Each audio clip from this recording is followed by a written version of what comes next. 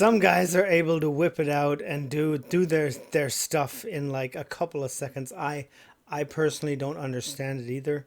Did he not pee or did he do it? Did he done? Did he? Hi, I'm Pierre, and welcome to Neon Reactions. Folks, we're back with Stephanie Sue and Rotten Mango, and we are going to be starting to take a look at her coverage of the Diddy trial. And I know I'm a little bit behind, but yeah, we're just going to have to move on through as quickly as we can. She has already got 7 videos up to now. And we're going to start with the first one today. It's called I Spent 8 Hours in a Courtroom with Diddy, and this is everything he did. So let's just dive right in. Before we do, don't forget to hit that subscribe button, like and share the video. Hop on over to my Patreon if you want to support the channel. Check out my Discord and my podcast with V, my 2-3 Mabuhay shirt, and if you have anything to tell me, you know, the comment section is the place to go. But now, it's time for Stephanie Sue and the trial of Diddy. Tuesday, May 6th, I walk into this room in New York City. I'm already nervous. My plane was delayed. I was supposed to be here yesterday. The room itself is so daunting. It's huge. It feels like it could fit 100 people, 200 people. I have no spatial awareness. It feels like a cathedral church without the peaked ceilings. The ceilings are tall, they're made out of wood, and everything about it feels like you cannot talk above a whisper. So right when you walk in through the double doors, you've already walked through this like carpeted hallway where you can hang your coat. Double doors open up. There's 2 retired law enforcement officers next to you. They're wearing bulletproof vests. They're retired? Yes, and now this is their job. So all of them are retired law enforcement. And the first thing you notice are church pews. Just rows and rows of church pews. You got the left side and the right side. And then above that, and I'm just trying to paint the picture, there are 10 massive chandeliers. Huge lights, but chandeliers makes it sound very fancy and there's crystals hanging off of it. They look like the ceiling boot lights everybody hates, but they're huge. I don't even think I could hold it with my arms all the way stretched out. And there's 10 of them. So to give you scale of this room, it's grand. It's pretty big, enough, yes. Magnifying these ceiling boot lights tenfold actually does make them look prettier. Are we so recording? There's 10 of them lined up in rows of 2 right above the church pews. So 5 on the right side, 5 on the left side.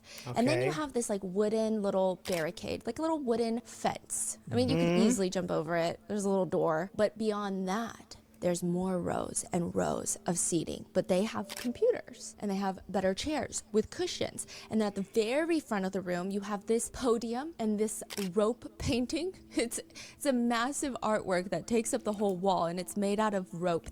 That looks actually pretty cool. I mean, being an artist myself, that is actually cool.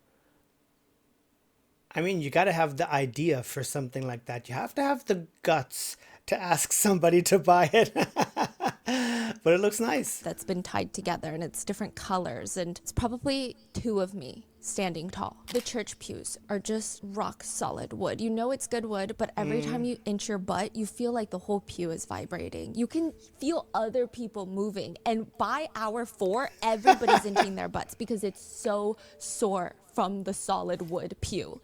And it's awkward because almost everyone just sits on one side. Now, this is going to probably change on Monday, but during jury selection, we're all seated pretty much on the right side. So the left is empty? The left side has a few people, but barely any. So we're all gathered on the right side, and we're not even condensed to like, oh, single file, let's fill out the first few rows. We're all scattered around the right side. So at the very front row, you have the court sketch artist, and they're going to be looking at Diddy diagonally. So he's sitting right in front of the left side row of the pews. Okay. And so we get like a diagonal from behind view of Diddy. I see. So the court sketch artists are at the front. There's about 2 to 3, and they have, I didn't know it was this big because when I look online, it looks like a little thumbnail. I thought they bring in a little notepad. It's like 2 feet. It's not canvas. It's like a paper. And they have chalk, they have pastels, they have the surgeon binoculars that they put on their head to stare into Diddy's soul. Yeah, I guess. Wow. And they're trying to get all the details of every defense attorney, the judge, the prosecutors of Diddy. And then behind them, you have a few empty rows and then like a few scattered people. These appear to be people associated with Diddy's legal team or supporters probably. of Diddy, aka his friend was there. So his family aren't there yet. They're going to show up for opening statements, but they're not here for jury selection. One friend is there. He was sitting 2 rows in front of us. And then you have the in-house. Was he the one wearing the free Diddy shirt? Yeah. He was pleasant. He didn't really talk to anybody, but yeah, he was sitting there. And then behind him, you have the court reporters. And then behind that row, you've got us, members of the press. That's where I was sitting. And when you get there, you sit down. It feels intentionally uncomfortable. And you're just sitting on this rock solid pew. And the one saving grace of this entire place is there's massive windows that are covered in sheer curtains, so you can't really see out. But if you do take a peek, it's the most beautiful view of New York City and the Hudson River. But nobody's looking outside. We're staring at this one door near the front of the courtroom. Nobody is looking outside there. They're just waiting for Diddy to come in. Because that is where Sean Diddy Combs is going to walk out of. The man on trial for racketeering, 2 counts of sex trafficking, and 2 counts of transportation to engage in prostitution. It's interesting because when he walks in, his presence is kind of like a shrug. My researchers and I were staying up all night. We're trying to find analogies because there's no cameras allowed. And I want you guys to get not even just like the visual, because clearly you guys know what Diddy looks like, but the feeling that I personally got, it's like a shrug. When someone walks into a party, there's a few ways that people react. I feel like the first way is, oh my God, who is that? Who is that person? And people start asking and you're like, oh, that's that person. And then you have times where people walk in, you look at your friends and you just go, you just shrug, like, I don't know who that person is. Do you know who that person is? I don't know why they just walked in here. Okay, That is very good. There's no strong presence. He just walks in. So it wasn't as intense as you thought it was going to be. Yeah, there was nothing. There was nothing. Way less presence because you hear all these reports about how he does have this very magnifying, electrifying star power. None of that. But there is a lot of tension. And it's interesting because this room is massive, but all of the tension, all of the energy is just lopsided to the front of the courtroom because that is where the judge, the prosecutors, the defendant, Sean Diddy Combs, the defense team, they're all there. And at some point during the many hours that you sit there, it kind of starts feeling like a one-way window or a one-way mirror. I overheard some people say it feels kind of like we're watching a movie or we're watching fish in an aquarium. There's no interaction between the 2 sides of the room. There's no conversation, obviously. There's nothing. It just feels like we're watching something that maybe we're not even supposed to be watching. Like we're silent flies on the walls and we have to be silent and we can't. It is a weird, I've been to court a couple of times. It is a weird feeling sitting in the back and just observing. It's a crazy feeling. It is true. You can't say much or anything at all. You have to be quiet. You just watch. And that is, yes, she said it's like watching fish. That is so true. That is so fitting. Can't comment and no one's talking and we don't exist to them. That's interesting. It's it feels like an invisible force field in the middle of the room. Just boom, there's the force field. Yeah, because like when you're even in public, you don't want to stare at people. No, but all of us are just staring down. I wonder if that's why it feels so intriguing because you're not supposed to staring at someone. Yeah. Like analyzing everything they're doing in person. And you know what's crazy? I did catch myself staring so intently because I'm jotting down notes and I'm watching because I want to make sure that I get all my notes accurately, right? So I'm staring up like this. And then I made eye contact with someone who works at the court. And it is very weird. I did feel like I'm breaking social norms. Yeah. Yes. And it feels very uncomfortable. It feels like a force field. And then all of a sudden, it breaks. Because Diddy will turn around or tilt his head and he will stare back. And this is a man, and my researchers warned me because their flight did not get delayed. So they came on Monday and they said, it's not like he's looking at one person specifically. I mean, I'm sure he's looking at his friend. I'm sure he's looking at the people that he works with, but it's not like he's looking at the members of the press. Like he doesn't really care about the members of the press like that. He's not like, hey, that one person, I'm going to stare at you. But he will look at all of the members of the press. Sometimes, like one by one. Yes, it feels like one by one. Now, it's not like he can spend a lot of time looking. It feels like he's doing maybe a few faces and then he'll wait, turn around, do another few faces. I would say I could count many a times I felt I made eye contact with Diddy. And I'm not saying this as like he was specifically looking at me, right? But it's just he's trying to see who's in the courtroom. Okay. And the way he makes eye contact, I think that was more jolting. His presence was a shrug, but his eye contact is very intense. He Okay. reminds me of someone who just does not break eye contact. It feels like he's staring into your soul. There was Oh, one okay. point where I thought I was going crazy, and I looked at my researcher who's sitting behind me, and she was like, she's mouthing, "What?" There was once where he's looking in maybe me, the person next to me, or the person to my right, and he just wouldn't look away, to the point where I felt like all of us started looking away first. Wow. You know, we were talking to other people, and there were a lot of people Wow. that felt similarly. It feels very challenging when he looks at people. It doesn't feel like zoning out. It doesn't. The question is, does he always have his mouth open when looking like that? I would have to start to giggle or to laugh. I'm sorry, but that's just how it Doesn't is. feel like, I wonder why these people are here. It feels challenging. That's the best So word. is he doing this on purpose here, or is this how he always? I don't know him. I personally feel like this is how he is. I don't think that he's Probably. like cares about the members of the press that much. This is just how he always looks at someone. Yes. He holds his eye contact and he doesn't break it. No, it feels like he sizes up everyone, and it's not even like we're important or anything to him. Yeah, it's a trait of some people. It is like an inner, that's also one of his power hungry moves, to not break the stare first. If you keep the stare and the other one breaks it, then that is a little sign of having more power, more willpower. And I think that is so ingrained in him, that I think some things he might not even realize. If he is doing it intentionally, then wow. I mean, then that's crazy. I mean, to even want to to abuse or use that power in everyday situations. So I don't really think he does it intentionally. It's just that this power hungry soul and heart that he has is just always trying to be on top of all other people. But it just Just is my thought. very interesting. So this is week 1 of jury selection for the Diddy trial.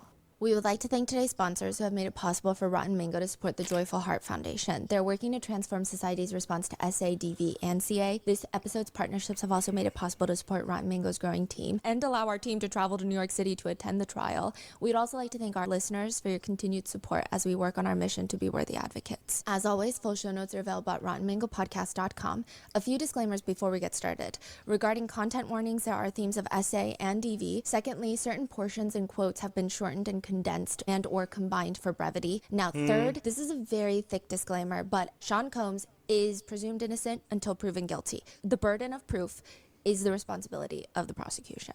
Everything reported on in this episode and throughout the trial is public information.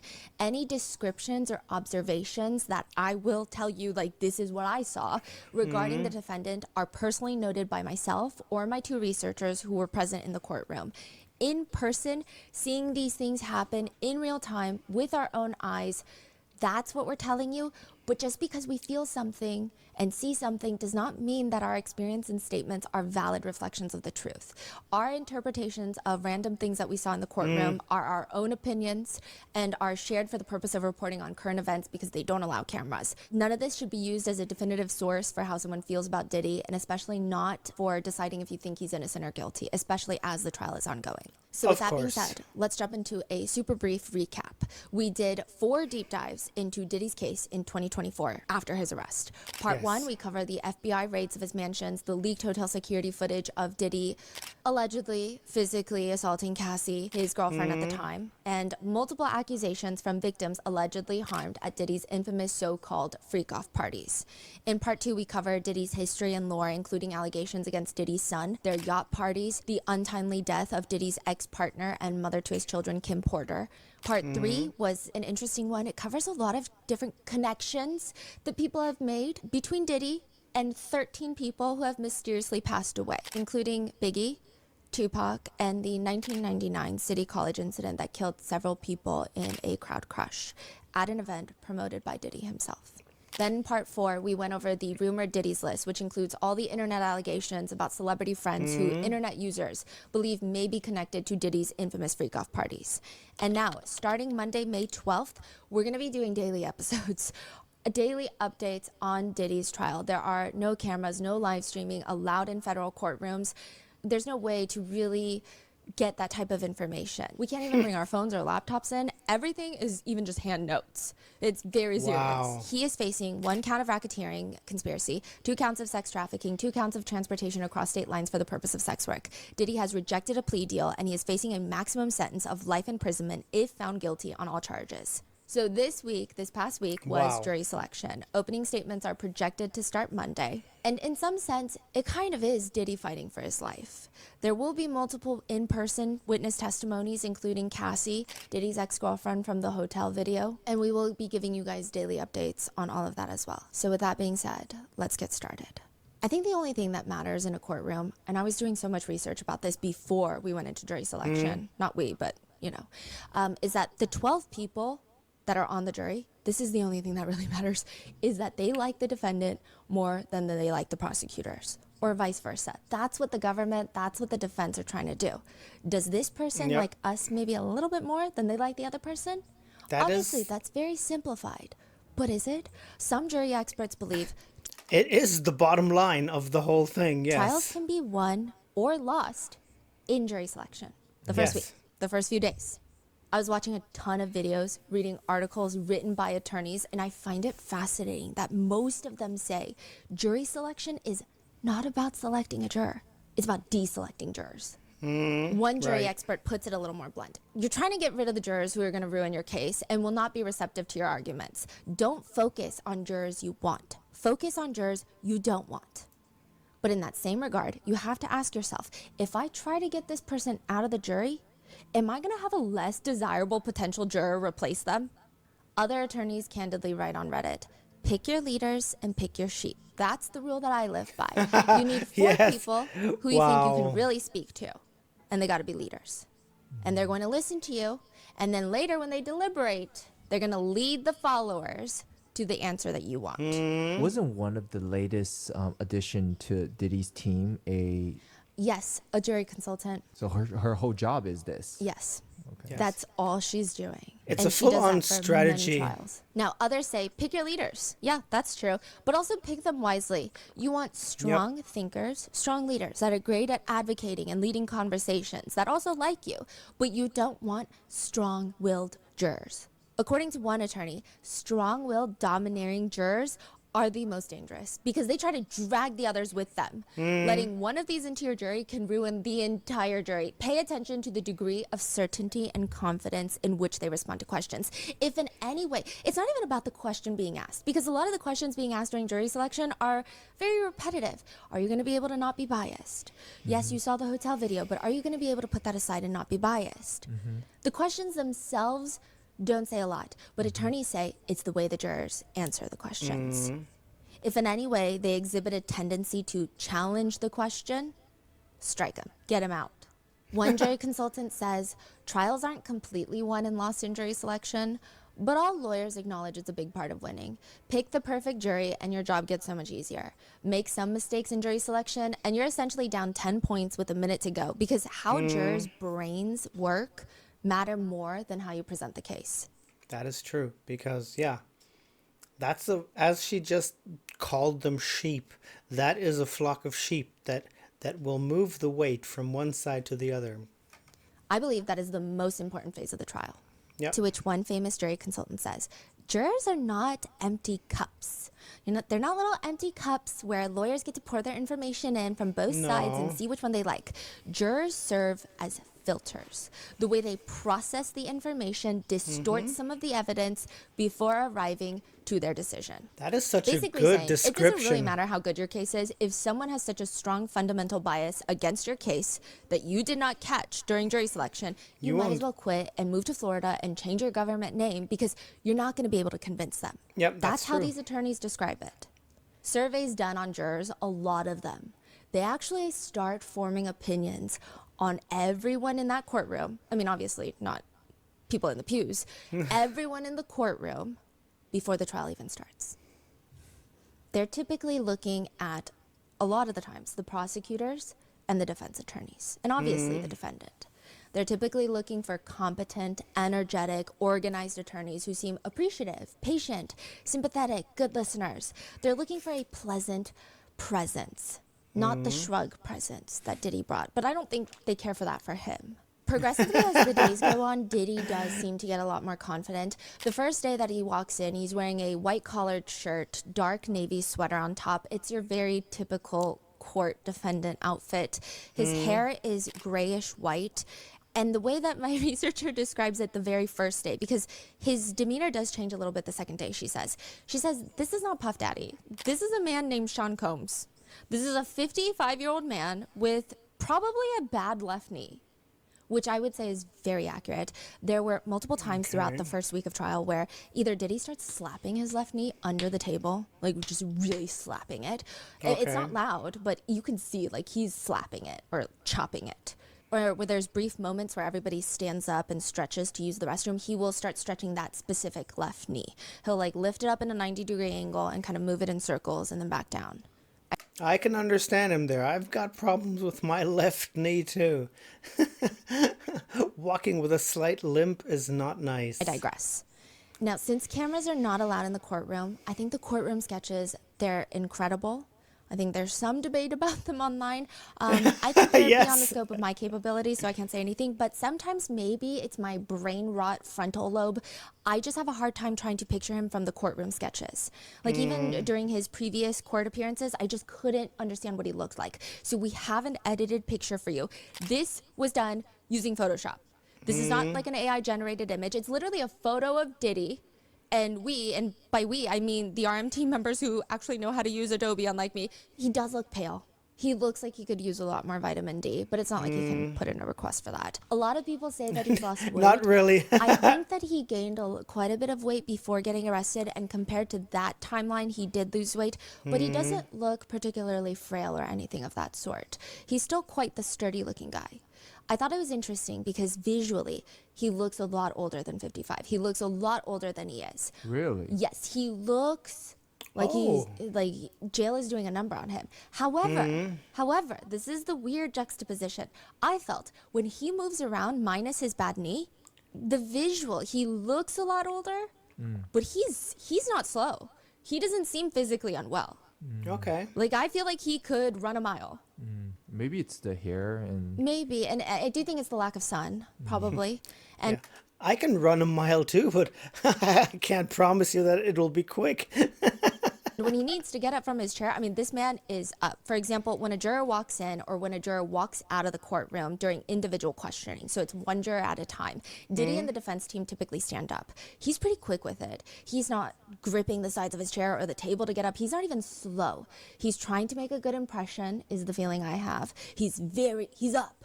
He's very respectful. On two specific occasions, my researcher and I were scribbling in our notes, and we both looked at each other because Diddy, we felt, in our opinion, shot up out of his chair quicker than he normally does.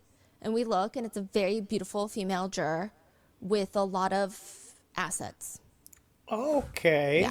really, Yeah, and we both wrote it individually in our notes. like the way he just shoot up. Yes, and the Wow. way he just kept lingering and staring.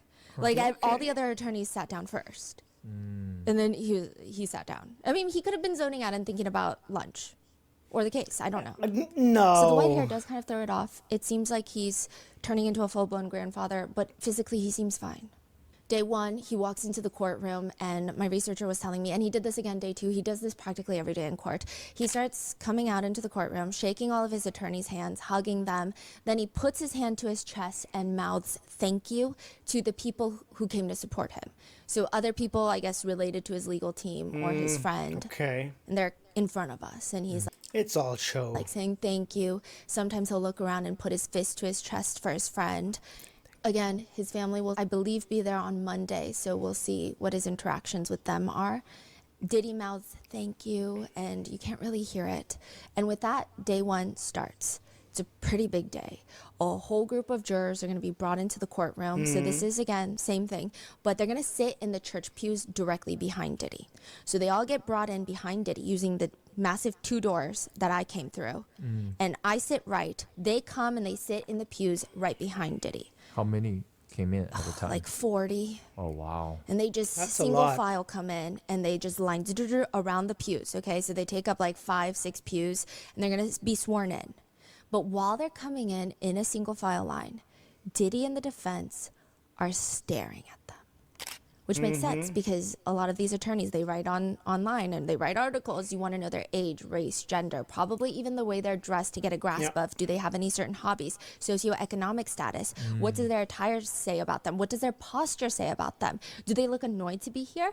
Do they look too enthusiastic to be here? Okay. The jurors get sworn in and then they get brought back out of the courtroom. And then they go wait in another courtroom. So then they're each called in one by one for a individual questioning. They are very serious because some of these people is going to determine Diddy's Yes. fate. Yes. And they only have that window of time to decide, right? Yes. I will say out of the, I couldn't, so Diddy and his attorneys take 2 rows of the desks and chairs. Linda Moreno, which is his jury consultant, was, to me, closer to the judge. So she's behind Diddy. I couldn't get a good look at her, but from the 4 attorneys that sat on Diddy's row, Diddy and Brian Steele, Young Thug's former attorney, they looked the most intense when they stared at the jurors. Whereas the other attorneys, they were looking, but it wasn't like, it didn't feel so intense. Diddy and Brian Steele, I'm like, whoa. Just staring at their faces is very, like they're locked in. I'm sure everybody is, but they look extra locked in. They walk in one by one, and this happens multiple times, but it almost seems like every time the jurors come in, Diddy kind of nods. It's like he's doing a head count, but I don't think he's doing a head count. It's just a thing he does. He has moments where he just nods, it feels, to me personally. And it's not a big nod. It's like an ever so slight. It's just an inward projected acknowledgement or and not anticipation, but it's like when I watch longer videos or so, and I'm sitting here and doing like, okay, I think it's something like that. If you see a row of people walk by you and you look at them, I would see myself going like, okay, so that's you, yeah, something like that. Like you're thinking to yourself, you're nodding to yourself. You're Yes, not like right. confirming like, oh yeah, let's do that nod. It's like to myself. Yeah, Does there it you happen go. to everyone or most of them? Or When all of them come in that single file line, he's kind of nodding the whole time. Day one, both of my researchers were freaking out and telling me, I'm like, in the car on the way to meet with them. And they're like, there's this moment where after the jurors leave, he turns around and his hands are at hip level and he kind of rubs them slowly. It's not sinister. It's not like creepy, like, it just felt like, okay, let's do this. It didn't feel like, yeah, I'm going to take them. It just was like, all right, let's go. Rubbing one's hands is positive self-affirmation. It's like a gesture you do without knowing it, just to give yourself comfort. It's a self-comforting gesture.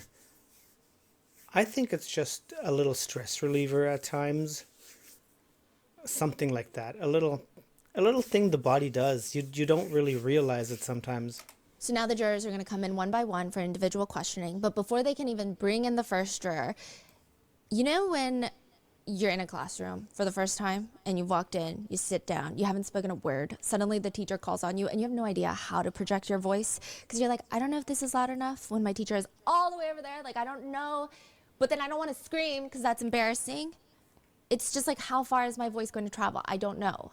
You're trying to grasp it. Diddy's lead attorney, Mark Agnifilo, stands up to ask the judge, I'm constrained to ask for another 2-minute bathroom break. I apologize.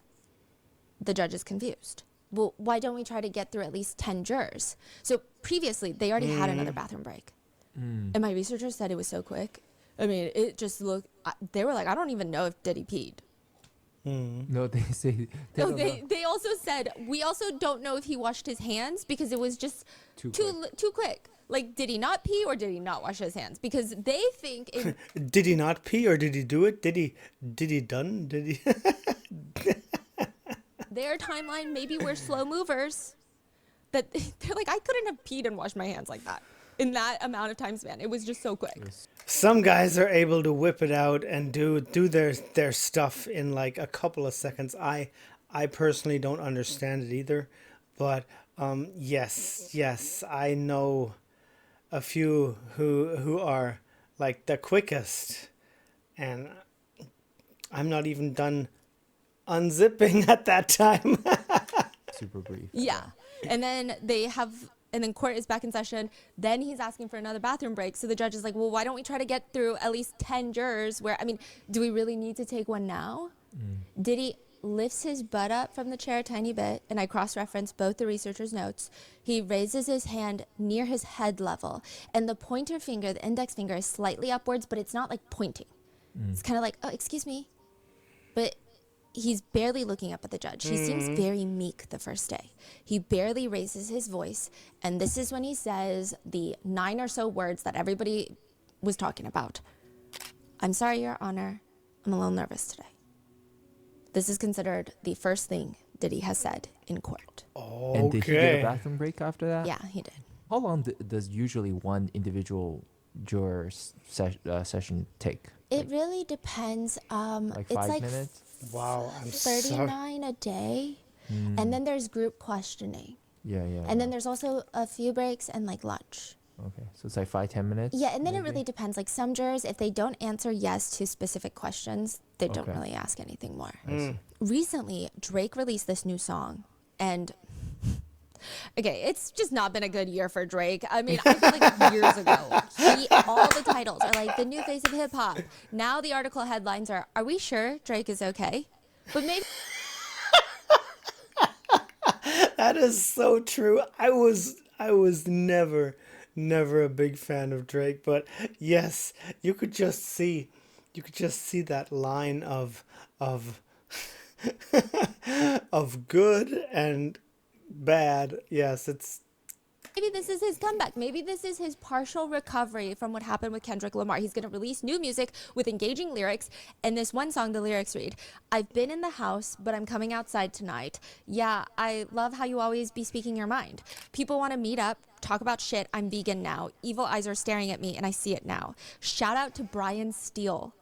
Take off the cuffs. We leaving now. The whole song is called Brian Steele. So who the hell is Brian Steele, and why is there a song named after him on a Drake album? Brian Steele is one of Diddy's defense attorneys. Yeah, that's what she but just he's said. Most well known for being Young Thug's attorney. This is the man that, with his full chest, said, Your Honor, Young Thug, more like young, truly humble under God. That's what his name means. Okay, he didn't say it like that. He said it much more eloquently. He would be truly humble under God. That's what thug means. But it was equally goofy. He also shows a picture of Young Thug that supposedly shows him making the letter B with his hand, which I guess the prosecutors were trying to argue that means a gang, that's a gang sign.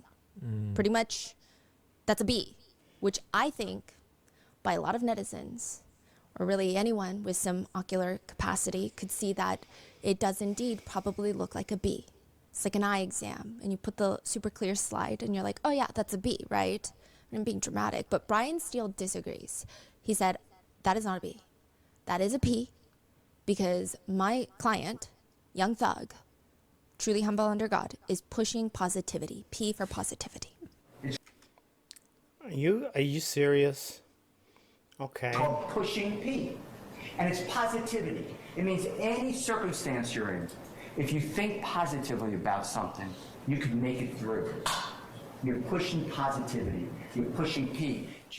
Listen, I don't know. You know, I don't even want to get too deep into the Brian Steele lore and the Young Yes, Thug case because I might do a whole definitely not. separate deep dive on that one. But now that same attorney is sitting on Diddy's left side. He's sitting right next to Diddy for jury selection. And he is interesting.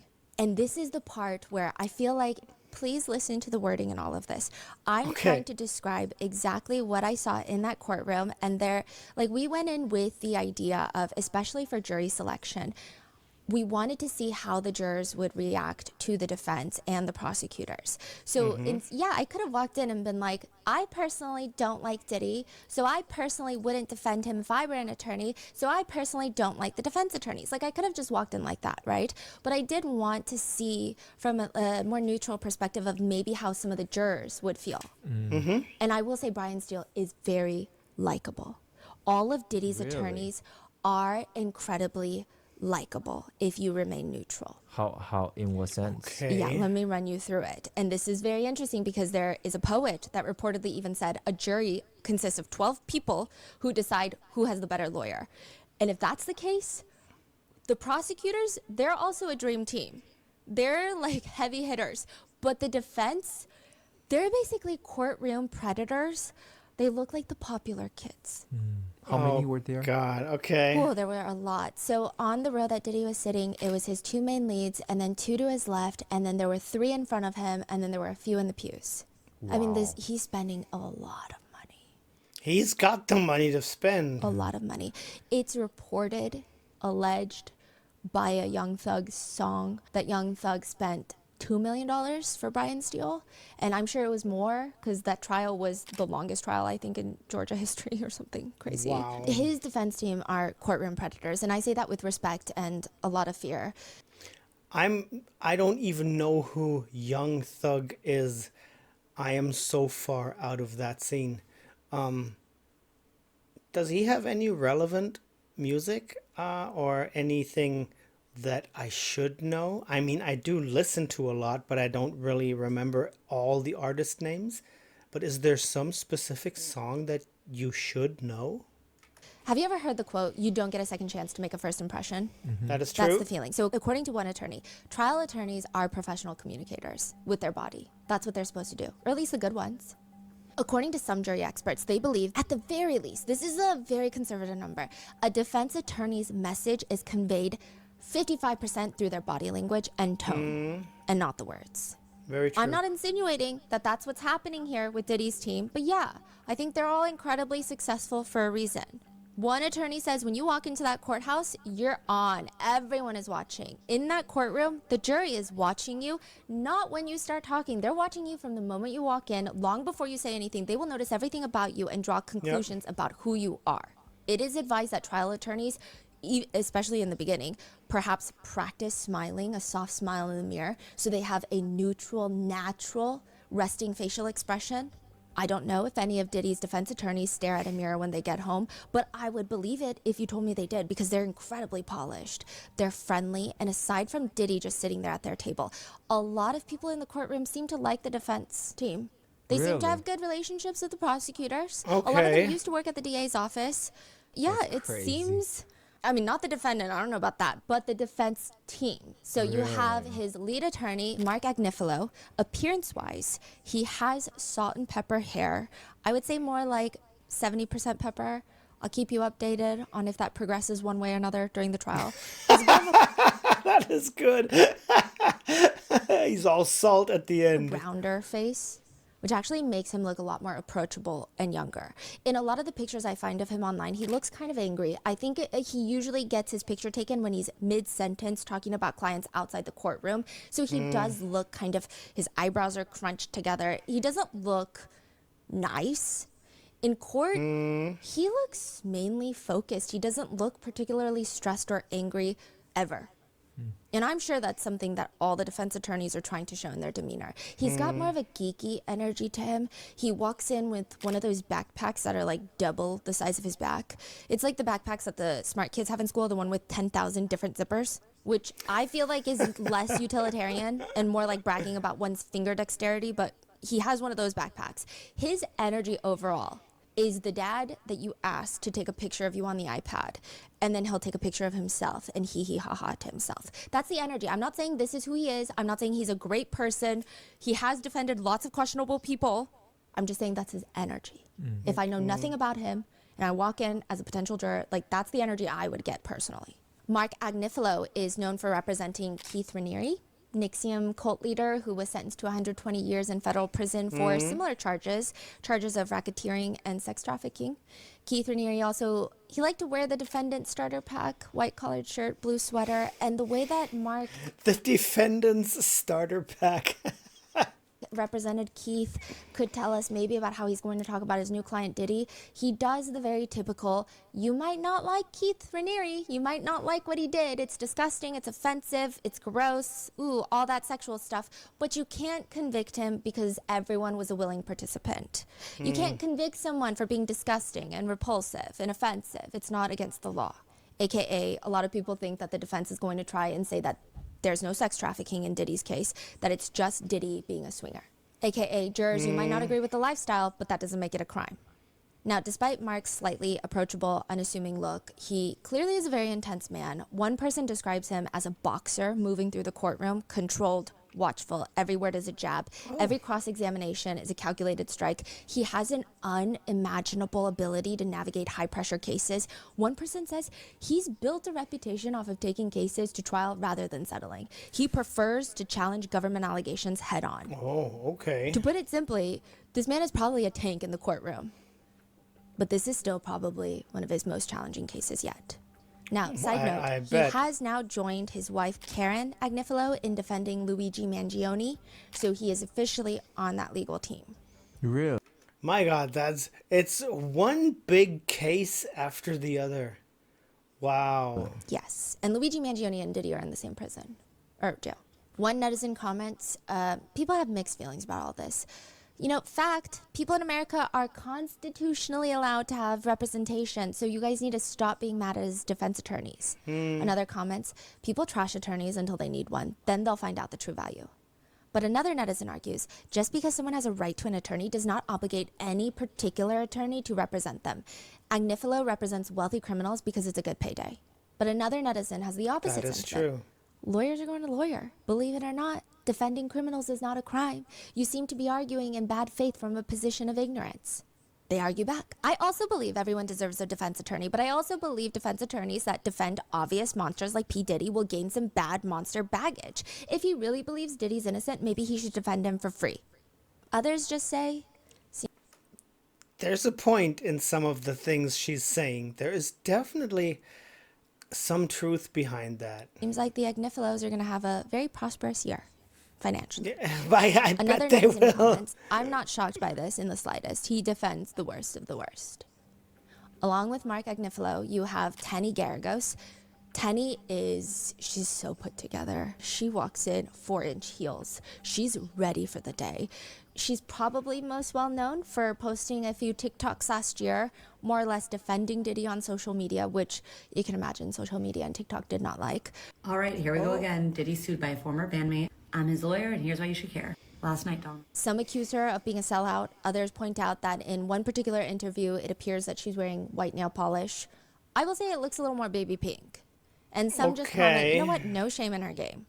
A lot of people, regardless of her own success thus far, though, she's kind of known to be a Nepo baby.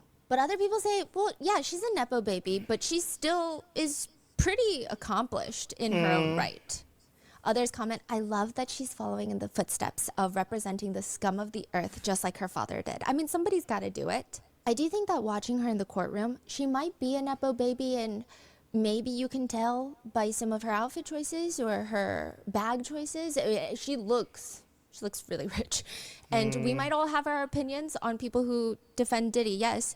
But the way she works, I think objectively, she's very good at what she does. But what do I know? She seems very in control. She's poised. She's sharp. Her father is famous attorney Mark Garagos. He's known for a lot of cases. He represented Hunter Biden, Chris Brown, Michael Jackson, the Menendez brothers. Okay. He actually Wow. just took them on in 2023. So I don't believe he was part of the original trial. So he is advocating for a new trial. Then he represented Scott Peterson, who is actively seeking to overturn his murder conviction, by the way. And we might do another deep dive on that. But Mark Garagos has a whole podcast. So he's not officially on Diddy's legal team. His daughter is. Yes, and he's a long-term legal consultant for Diddy. He has a podcast with TMZ called Two Angry Men, which got him into a lot of trouble recently. He goes on there and he calls the prosecution team a, quote, six-pack of white women. My understanding is you got a six-pack of white women. To which later, according to court transcripts, the judge tells Mr. Garagos, when you say things on a podcast like 6 women, all white, my understanding is that you got a 6-pack of white women. That's something that you shouldn't, that no one should be saying as an officer of the court and a member of the bar, right? To which Mark Garagos responds, I think when you've got a black man who's being prosecuted and the client feels like he's being targeted, it's an observation. The judge doesn't seem to be having it. I think this is ridiculous. I think referring to the prosecution in this case as a 6-pack of white women is outrageous. All right? And I understand what you're saying about the cases and everything else, but I think this is outrageous, and this would not be tolerated in any court from any lawyer anywhere across the nation. And I'm going to be watching, and I'm going to be listening, all right? You have one more listener for your podcast. To which Mark Garagos responds, as long as you subscribe, I'm all for it. The judge hits back. Whoa. You gotta have the guts to do that, to say that. Wow. As long as you're subscribed. Wow. You heard me, and you've heard what I've said. You know I'll be watching. By the way, you know where that button is down there, right? This judge is very intense. This is the same honorable sir that just looked like he biked to work. This judge is very multifaceted. There's a clip of him walking into the courthouse, and he's wearing athletic wear. He has got his big headphones on, and it's very different from when he's in the courtroom. He, so far, is a very compassionate, fair, firm, incredibly sharp judge. He's so sharp. His brain, it runs on 5 times speed. Really? And he's like a tank. He's like, you guys have to tell me about lunch because I'm just going to keep going. Yeah. He's a Judge Supermanium. He is a former clerk for Justice RBG, Ruth Bader Ginsburg. He's the first Indian American to be the New York District Court judge. He was nominated to SDNY in 2022 by former President Biden. And now the clip of him walking into the courthouse for work, it starts going semi-viral. He looks so young. He looks like an intern. And I say that in the coolest, most respectful way. He's so multifaceted, Your Honor. Yep. The comments to him, however, are unhinged. They read, he's bumping to Cassie's songs. He's listening to Diddy's No Way Out. Some comment, I don't know why, but this makes me trust him more. Others say, I feel like the judges who take on serious cases like this should be provided security. But back to the defense attorneys. You have Mark, you have Tenny, the lead attorneys. Then you have Diddy. So this is the seating order. It's like, and I'm sure this is going to change depending on what they're talking about. But probably. Mark, Tenny, Diddy, and then Brian Steele sits on the left of Diddy for jury selection week. And according to the New Yorker and a defense attorney from Atlanta, Brian Steele's from Atlanta. According to a defense attorney that worked with Brian Steele for 30 years, he says, Brian doesn't drink, he doesn't smoke, he can't believe anybody would. He won't curse, even in court, even if he's reading from a transcript. So when he's cross-examining, he will say, so-and-so F word. The court will say, you can read that out loud, and he won't do it. He only drinks water. His lunch is tofu or salmon, maybe a salad, no bread. I've never seen him eat out. He'll bring a toothbrush to court. He exercises daily before and after court, running, swimming, weights. He has 3 kids, a wonderful wife who is also his law partner, and they kind of idolize each other. So his wife's name is Colette. And just a side note, I'm going in depth on all these attorneys, and I will go in depth later on the prosecution team as well. I'm not entirely sure what the word would be. They were less notable during the jury selection. I'm sure once opening statements start, I mean, they're a very competent team. So we'll go in depth. I just want to paint the picture because we're going to be talking about them for like 2 months. Yes, you can Google pictures, but there is like a certain energy, like a synergy when they're all in the same room. And I want you to be able to picture it every day and not go through the same things because I think a lot of evidence, witness testimonies are going to come up. We just won't have time for that. So he always says in the phonetic alphabet, C as in Colette, which is his wife's name, right? Apparently, he's also superstitious. I haven't seen this yet, but he will allegedly kiss a finger or tap on a table anytime death is mentioned. Apparently, he likes to call his childhood friends mothers to tell them, thank you for giving birth to my friend. Also, in 1992, Brian Steele was assigned to the case of an illiterate man who was charged with attempted murder in Atlanta. He actually slept in the jail with him, because that man he was distrustful of Brian Steele and did not want to say anything. He was not the killer, or he was not the attempted murderer. So he slept in that jail room to try to get him to open up and trust him. And Brian Steele apparently once said, a fair trial is better than sex. He's also said, I've defended people who cut out eyes and ate them. The system only works when the accused have real representation. The more challenging the case, the more likely I'll take it. Do I like the person I'm defending? That's the main thing. The reporter for The New Yorker asked Brian Steele if he would have represented Epstein. He says, "I'd have to understand better all the facts and circumstances. See, I don't believe allegations. I go into believing the person is innocent."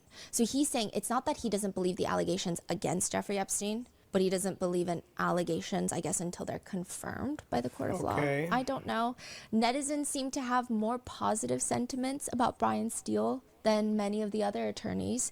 More people are defending his choice of defending Diddy. Others are commenting, ugh, or a depletion. Others feel genuinely offended because I think they were emotionally invested into Brian Steele after the Young Thug trial. Some people comment, I mean, he's a defense attorney defending the accused, even bad people, and making sure that the state proves their case is his job, I guess.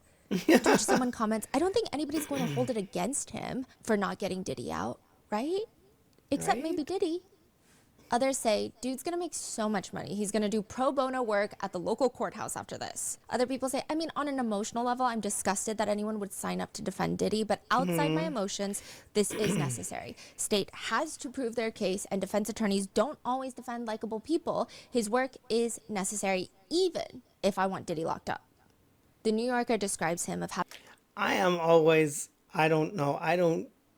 That is such a difficult thing to think. Or to choose, you know, I'm gonna shut up. having a Boy Scoutish manner. And I could see that. He seems really interested in everything happening in court. All the attorneys are. No one looks like they're zoning out. But he's sitting left of Diddy, and maybe this is a natural thing. Maybe he's got a better right hip and he likes to lean to the right, right? But being an attorney for a case like this, it could be argued that maybe it's all intentional.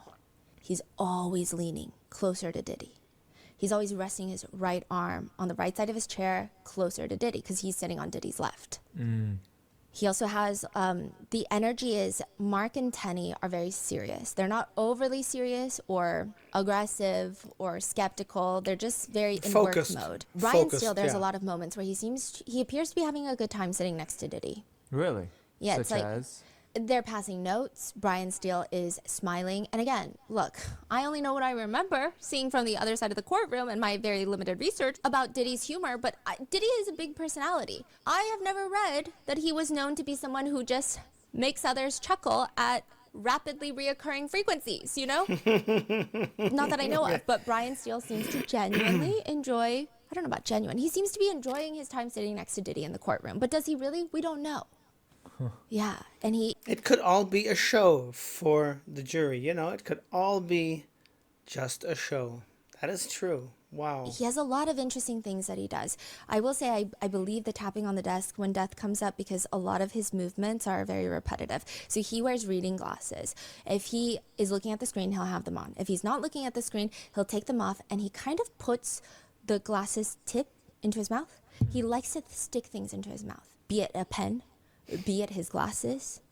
He also has a bright pink water bottle that he drinks out of. And I'm like, I always try to analyze, is this very intentional to come off very likable, or is this genuinely just who this guy is? I don't know. He uses, I see him frequently use a pink highlighter. He's got this stance. So anytime there's a break, Diddy's not like lingering and mingling. Diddy gets taken to the back because he needs to be held, and there will be breaks where people need to go use the restroom, and the lawyers, they can come out, the attorneys, they can come out and they can talk, not to the members of the press, they're on a gag order, but they can talk to their colleagues, they can talk to the prosecutors, they can talk to Diddy's friend, right? And they all just seem relaxed, they seem like the cool kids. But Brian Steele has his go-to pose. His blazer jacket is unbuttoned. He's got his hands on his hips, and he's got one hip popped out. It's like a very fun dad vibe. Yeah. I don't know how much of it is so genuine. I did read in a separate article that one judge said if Brian Steele cries in court, like, he would believe it. He's very genuine, is the feeling. Okay, But I don't know. okay. I think he's a fascinating addition to the defense team.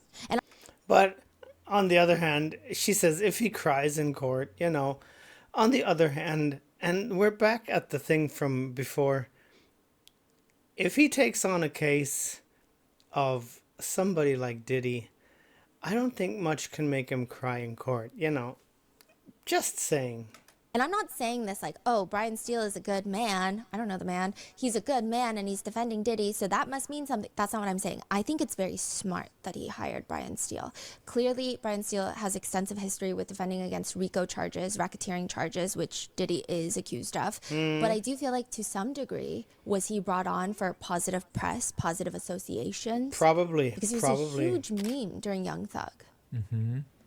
Along with Brian Steele, we have Nicole Westmoreland, who also represented Young Thug. Notably, she is a survivor of SA. She is the only black woman on his defense team so far. And I would say if netizens like Brian Steele, less people know of Nicole Westmoreland, but more people like her. A lot of people are really amazed at how she overcame trauma. She was SA'd in the past, and she became this successful attorney. A few netizens are concerned about the conversation around her being an SA victim and her joining Diddy's defense. Some feel betrayed, writing, she should be ashamed of herself for defending him then. Or another one that reads, if she thinks mentioning her SA will be a strategy to help him, she's wrong. Which I feel like is all kind of icky, the commentary about her essay that is by random internet people. And then you have Alexandra Shapiro. She's got shoulder length blonde hair. It's a little curly. She looks incredibly athletic. If you watch those movies about like New York City power women who do it all, that's the kind of energy she gives me. She looks like she's an attorney. On the weekend, she works on her novel, her fiction thriller novel, and then runs marathons. I don't know if she actually does that. I don't know if she runs marathons. But she is an attorney, and she did release a fiction thriller novel in 2022 called Presumed Guilty. And as someone who has to lay down after going out for approximately 1 hour, she seems like she's going to be running circles. I totally understand, Stephanie. As somebody who has to lay down after going out for an hour. Thank you, girl. That's we don't know what she's going to be deployed to do for this case, which she represented SBF. She's described as a former big law titan. She's also clerked for Ruth Gator Ginsburg, but not at the same time this judge did. Others say, call Alexandra Shapiro if you can afford her. Additionally, on the team, there's Xavier Donaldson, Anna Estavo, Jason Driscoll. They're all super successful attorneys, but they're less talked about. So there's not many things that we can go off of, at least not on the internet. So I guess it'll be interesting to see what they do during the trial. But all of them do have a presence about them. They know what they're doing. They're likable. They're the popular kids. One legal expert describes the team as, I'm looking at the team, especially on the first day of jury selection, it seems like they've got people who are experts in their own kind of general areas. I think the team that Diddy has put together are some heavy hitters in their own rights, and they're working together as such. Of course. He's got the money to pick the top tiers of the top tier, right? But maybe, at least for this past week, maybe the most important person on Diddy's team is Linda Moreno, the jury consultant. She's here to help decide which jurors would be the most advantageous for Diddy. And again, we don't really get to, like the prosecutor, we're gonna cover it all. This is not like me just talking about Diddy's team. It's just there were not as many notable moments, and I think we won't really understand what angle they're going for until the opening statements. Now, one attorney completely unrelated to all of this, slightly controversial, bizarrely comments, generally speaking, there's all these other small things you can do to find the right juror. The heavy, rounded face, happy-looking person is the most desirable. The undesirable juror is quite the slight, underweight, delicate type. Features are going to be sharp and fragile, and he's got a very lean look. The athletic juror is hard to categorize. Usually he is hard to convince, but once he's convinced, he will go all the way with you. As for Linda Moreno, she's a juror expert on anti-Muslim bias in American jury trials. The trial of Noor Salman, the widow of the Pulse nightclub shooter, Linda Moreno got her acquitted. That was the first complete acquittal of terrorism charges in America since 9/11. Now, without getting too much into her cases, at least not in this moment, she does have a fascinating way of picking jurors. For example, in one case, she was representing a client that was charged with explosives. She says it's all about picking a jury. So in that particular trial, one prospective juror talked about how her brother had served in Iraq and how she had grew up in Vietnam during the Vietnam War. A lot of people on the defense team wanted to get rid of this juror because you're dealing with explosive charges.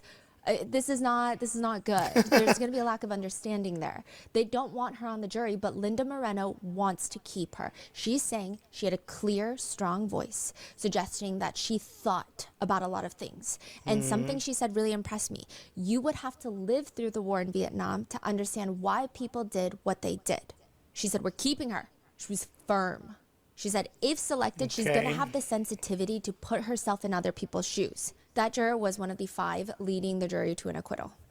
That is so fascinating. I feel Wow, like nobody talks about like the deeper level of what Yes, these people will determine. Oh, we're going to get into different, they have different methods. What do you mean? Oh, yeah, just you wait. So one Just you person wait. describes Linda as having a very gentle persistence that makes a huge difference. She does seem gentle. She's an older woman now. She seems very slender. She had on giant pearls, a pearl necklace. I mean, Okay. I think she must have been very successful in her career because those pearls were crazy. Yeah, they looked beautiful. Definitely not as strong as a presence, but maybe that's intentional. Maybe she wants to fly under the radar so she can analyze jurors without them feeling like she's analyzing them. And they're focused on the other attorney so she can just watch. I don't know. They say that she has a very laid-back politeness about her, to which Linda Moreno once said, I had to be polite but not shy to get things done. I also had to pay close attention to what people said. Another person says her instincts, her ability to read people, I mean, it has a lot to do with a lot of the great outcomes that attorneys will have if she's on their team. She was born a lawyer. No, I'm serious. So for her 12th birthday, Linda Moreno said that she received her favorite movie, which was 12 Angry Men, which is about jury deliberations in a murder case. Another colleague says, if anyone can figure out the jury, it's going to be Linda. It is also believed that she never has more than one client at a time. A lot of attorneys will have multiple clients at a time. She says that she likes to solely focus on just one case, and that's it. It is believed, this is not public information, so we don't know, it's believed that someone like Linda Moreno would charge Diddy around $1 million for her services to be a jury consultant. Others argue it's probably going to be a lot more than that. One person who worked with Linda says, what strikes me about her is her complete dedication to her clients, which continues to this day. Now, this is not something that Linda Moreno has said, but from our research, because I was so intrigued about like the different models, some attorneys will use their own model. It seems like most attorneys, at least from what I can gather on like subreddits where attorneys are talking about jury selection, they have their own unique model that they tweak depending on the charges of the case and depending on that specific defendant. But they all have some sort of tailored to them model that they like to categorize potential jurors. So these are very basic, probably dumb models, but I thought it was intriguing. So one model is the 3 categories of good juror, poison juror, and go with the flower juror. One attorney says, typically it's fairly simple to spot good jurors. You just say a joke and they'll laugh or they'll give you eye contact, they'll nod, they'll do the smile. They're eagerly, not too eager, but just very happy to fulfill their civic duty. They're doing their best. Those are the good jurors. Then you have the poison jurors. These are typically cynical, they get agitated easily, and they like to be silent most of the time. That's what's dangerous because they fly under the radar. Then you have go with the flowers. Quiet. Initially, they have indifferent opinions and are open to listening to the evidence. So clearly in this model, you want to identify and remove the jurors that are poison. Another model some attorneys say they like to use is the leadership authority model, classifying and dividing jurors based on their influence and decision-making approach. So there's 3 categorizations, or at least this model does. Leaders, so jurors who influence others during deliberations, they're going to be in the back rooms like, no, guys, look at this. They have strong personalities. They can sway the opinions of other jurors. And then you have authoritarians. In criminal trials, authoritarians typically favor the prosecutors. It's not a bad thing. It's just who they are. So the defense are going to want them out of the jury. Typically, they prefer police. They like authority figures. They have high respect for authority figures. They're not sitting there like, oh, yeah, I love the police, but it's just in them. It's like an innate bias. Some people just respond better to authority figures than others. They often hold more conservative views on crime and punishment as well. Then you've got the followers, jurors who tend to be influenced by the stronger personalities and opinions in the jury room. They rarely take strong positions independently. Some attorneys will even further categorize and say, you need a 4th category in there. You need negotiators. They are so important. These people are not really the leaders, which are like, no, I think this. And then, But you have to have some kind of medium in between everything. You have to have some kind of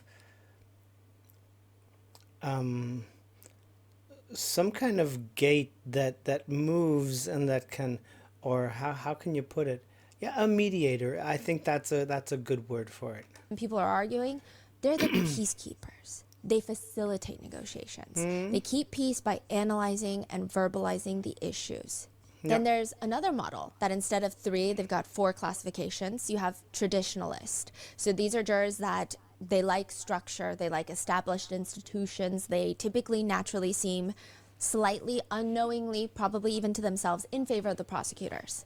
Then there's experiencers. They're very practical, they're present focused, they like to evaluate the evidence rather than debate abstract concepts of guilt and remorse and principles and values. Then you have the conceptualizers.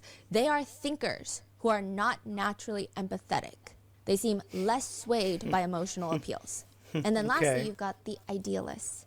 More empathetic, more focused on human impact rather than the evidence. They're way more receptive to considering a defendant's circumstances. Typically, it's said defense attorneys like influential leaders with a skepticism towards authority. They exhibit natural leadership qualities, but they don't like institutional power structures. As for the temperament-based model, defense attorneys say they might prefer idealists.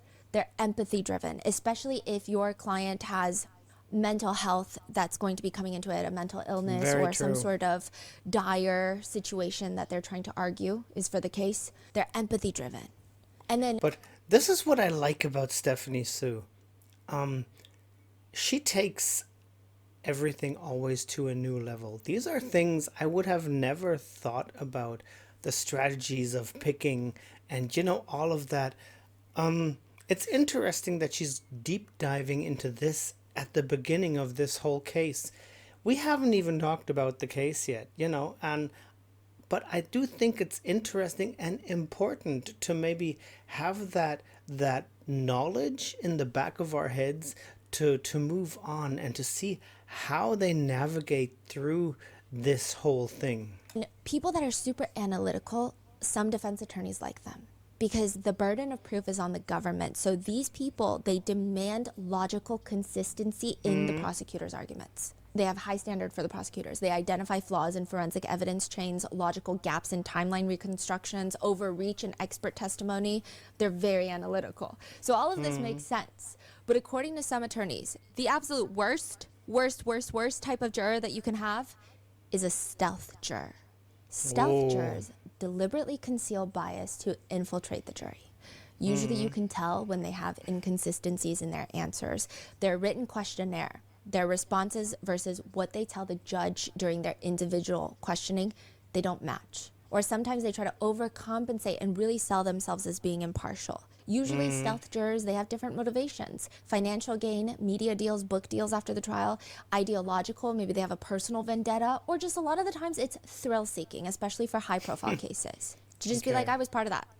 One attorney states, stealth jurors pose catastrophic risk through undetected bias injection. Their influence persists throughout trial stages, often discovered only through post-verdict interviews. With that being said, I'm clearly not knowledgeable enough to know if any juror was a potential stealth juror, but there were some intriguing moments.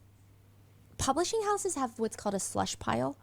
It's like usually the big publishing houses. There's 5 big publishing houses in the US that dominate 80% of the market. They have a slush pile. It's a collection of unsolicited manuscripts sent to them by people seeking to get their wonderful book published.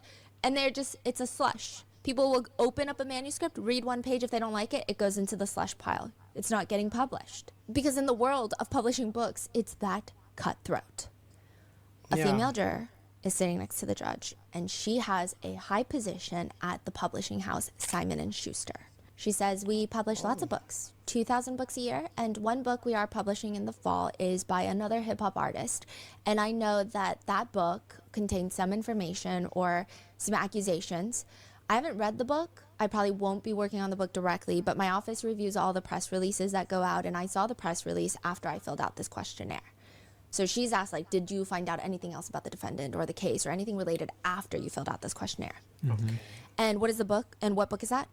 It's a memoir by another artist whom I don't know. I don't remember the name of the author. I think it's called Do You Believe Me Now or something like that. And it's about his personal history. And I know it contains some accusations. Okay. A male artist. Yes. And you don't remember the name. No.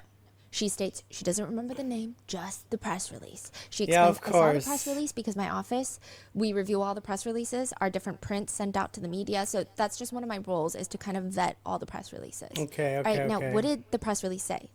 Just that it was an announcement that the book is publishing in the fall and sort of different topics it touches on, and this was one of the topics. And what did it say pertaining to this case, if you can remember in your mind? My God, she's terrible. What did it say? Not Stephanie, but that other one. You have to ask everything.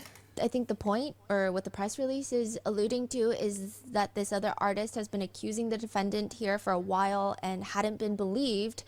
That is what I took from the press release. Now, Okay. do you know anything else about the book? No. The judge asks her, considering she works in a company that's publishing a book written by someone making accusations, would it cloud her view in the case? She says, no. I also would be very unlikely to read the book because I work on the executive team. I don't really get that involved on individual books. But it's tricky because she's salaried, so her bonus is tied to the company performance, the general company performance, which means her bonus is tied to the performance of all the thousands of books they publish, including the That book book. written by I'll Be Sure about Diddy.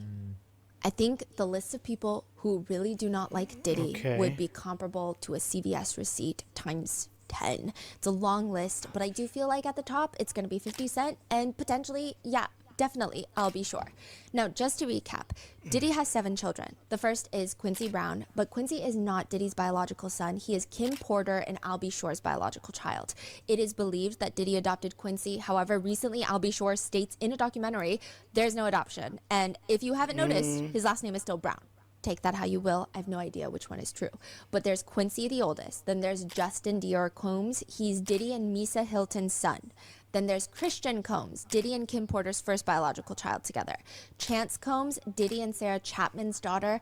And then Delilah and Jesse Combs, the twins, Diddy and Kim Porter's twin daughters. And in 2022, Diddy had another baby, Love, with Dana Tran.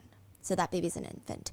And all you need to remember at this point is that I'll Be Sure is Quincy's biological dad, and Kim Porter, the mother of many of Diddy's children, and Quincy's mother, is a longtime partner of Diddy, but also was married to I'll Be Sure before dating Diddy. Okay. So Kim Porter and I'll Be Sure are married. They have Quincy. Kim Porter, they break up. Kim Porter starts dating Diddy. They go on to have multiple children together, and Diddy was very involved in Quincy's life. Now, after Kim Porter mysteriously passed away from pneumonia, that's how people think she passed away, mysteriously, there were all sorts of rumors flying around. Again, conspiracies, we don't know, right? We don't know. That maybe she didn't die from pneumonia. Maybe she was writing a tell-all book about her relationship with Diddy and she was done with Diddy and she wanted to be set free. Again, conspiracies, but after she passes away, I'll Be Sure is very suspicious of Diddy. He even slips into a coma at one point, and he kind of insinuates that perhaps Diddy had something to do with him being in a coma. Yeah, that's I'll what Be we Sure heard. went on to allege that Kim Porter confided in him before passing away, and he says, she started to confide in me. What she did say is that something's not right. Diddy's soul has gone completely dark. Like, he's just not there. That's what he alleges was said. He does allege that Kim Porter was writing a book, but nothing was done about it, saying someone got her passcode to her phone and her computer, and they found out, and she was writing what was going on behind closed doors. The public had no idea what was happening right in front of everybody's eyes. So you might just think that he took that information or, like kept it somehow, and after Kim was not there anymore, that he maybe just made a book out of that. But there were a lot of people who turned a blind eye. In the documentary Making of a Bad Boy, the very documentary that Diddy is suing NBC for $100 million in a defamation lawsuit, in that documentary, I'll Be Sure says, it was like 2 or 3 weeks prior to her murder. Am I supposed to say allegedly? Oh, he just straight up said Yeah. murder. So all that's to say, the water is very deep between Okay, Diddy wow. and I'll Be Sure, and the potential juror works as a high-level executive at the publishing house that's going to be releasing I'll Be Sure's book. The blurb for the book says, "Tell all in this inspiring survivor's memoir that reveals the untold story of his near-death health emergency, shocking ties to Diddy, romance with late Kim Porter, days after Homeland Security raided Sean Combs' compounds in a federal sex trafficking investigation, Albie Shore declared that when people heard how he wound up in a coma 2 years later, they were, quote, really going to need to call Homeland Security. So Oh, the book wow. is not out yet. No. Yeah. So she's saying that, okay, we're publishing this book. Some things might just have to be rewritten there after the trial. I don't know anything about it. I don't care. I'm not going to read it. Yeah. And I am qualified. Yes, but I don't think she's like overly eager. Oh, okay. Either, I mean, I think a lot of people can interpret it different ways. So I don't want to put an interpretation out there because, you know, but you could, I guess, some cynical people could say she wants to maybe write a book after. She's in publishing. Maybe she wants to write a book. Yeah. Maybe she wants the thrill. Maybe it's fun, right? Maybe she wants to take off work. No. Or just simply the fact that the connection is crazy. Yes. Or maybe some people are like, maybe she genuinely doesn't care about any of these people and like does in her head does not understand why it relates. Yeah. She's like, I don't care about any of these people, so obviously I can be unbiased. But the blurb is kind of crazy. The blurb continues. People called him crazy. Now back from the brink of death, he reclaims his power and truth in this incredible memoir about finding inner peace despite countless attempts to break him. The last lines of the blurb read, Albie Shore is one of the few still living to tell the whole story. Which, I'm not insinuating anything, but that just feels like a bad sentence to even utter into existence whilst publishing a reportedly explosive memoir, which is going to be titled, Do You Believe Me Now? It just feels like an unnecessary potential jinxing. Regardless of how one feels about Albie Shore or the death of Kim Porter or Diddy, it probably would not provide Diddy a fair trial if this juror were on the jury. Why do we care if Diddy gets a fair trial? Because if he doesn't get a fair trial, the conviction could be overturned, if there is one. And everyone should be entitled to a fair trial. So yes, justice, but also it's like, if you genuinely want justice, you need a fair trial. Yeah. She is ultimately excluded from the jury. Now, please keep in mind, anything I say in the entirety of this episode, especially right now, is a personal opinion. I've had a lot of personal opinions, great ones, and some bad ones. But whatever I say does not mean, oh, this action means he's doing this. Like, for example, there will be some days where I feel incredibly insecure about the way that I look and I start spiraling. And maybe in a video, I touch my hair because I feel ugly. But someone will comment, look at this narcissist. She's obsessed with herself. It's like a very different interpretation. I mean, we all know about the comment section under YouTube videos, especially when it comes to opinions and trolling, and you know, that's a different world down there. That's like opening Pandora's box. So no problems, Steph, no problems. Maybe it's true, maybe it's not true. So just take it like that. I don't know. This is just what I saw and how I personally interpreted what I saw visually with my eyeballs. With that being said, I personally felt like Diddy was kind of an iPad kid during moments of the trial. He was given an iPad by his attorneys to look at, specifically related to the case. It's just interesting. He has reading glasses and he will put them on kind of randomly. I don't know if there's a method to it. I don't know. Maybe he is reading something and I just can't see it because he's further away. But it just seemed a little random. Sometimes they'd be on, sometimes they'd be off. So the first day, the researchers were like, they'd be on and then they'd be off at random times, to the point where we're like, we don't even know if there's a prescription in these, if these are even reading glasses. And then he would always put them on the desk, put them back on, put them on the desk, put them back on. It was a very feeling is how they felt. It was, do I feel like I want to put my glasses on? And then the second day, he started putting them up on the top of his head. And then putting them down, putting them at the top. Maybe we're overanalyzing absolutely nothing. But the way that Brian Steele would kind of tippy-tap on the iPad next to him gave iPad Kid, there's this fascinating moment on day one of trial, the very first day that jury selection begins, right before the jurors come in. At this point, it's just the judge, the court personnel, defense team, the prosecutors, and members of the press. The jurors are about to walk in that door. My researcher was like, Brian Steele reaches over, beep boop bops on the iPad. Beep boop bop. Front camera turns on, and they just see Diddy on the iPad because it's the camera. The front camera's turning on like a mirror, and he's wearing his reading glasses. And then Diddy proceeds to lift the iPad up 4 or 5 inches and looks at himself before putting it down. There's nothing deep about it. I'm sure he's just trying to make sure nothing's on his face for when the jurors actually come in. But Probably. they said it was so weird. It's a fascinating visual. Yeah, like Brian Steele is older than Diddy, but he's over there bee-boop bopping on the iPad for Diddy. He's bee-boo bopping on the iPad. That's actually a nice line for a song. He's bee-boo bopping on the iPad. Oh, God. It was weird. Or maybe. And then more cynically, I guess you could say maybe this is all a thing. Make Diddy seem like a clueless, I don't know what's going on. Can you help me? No, I doubt that. I'm kind of lost, and all these powerful attorneys know so much. Diminish some of his power. I don't know. In another part, this was, I saw this. Brian Steele is putting on his blazer. So sometimes he would just be in his dress shirt, and then he's putting on his blazer. And there's a little fuss about it. And Diddy is just all hands on board, helping him put his blazer on with both hands. So he's got his hand on the back of the collar for Brian Steele. His left hand is on Brian Steele's like neck area. And then his right hand is reaching over around Brian Steele's neck in the front to fix the collar. Now, can I just say something? I've never seen a man have trouble putting on a suit blazer.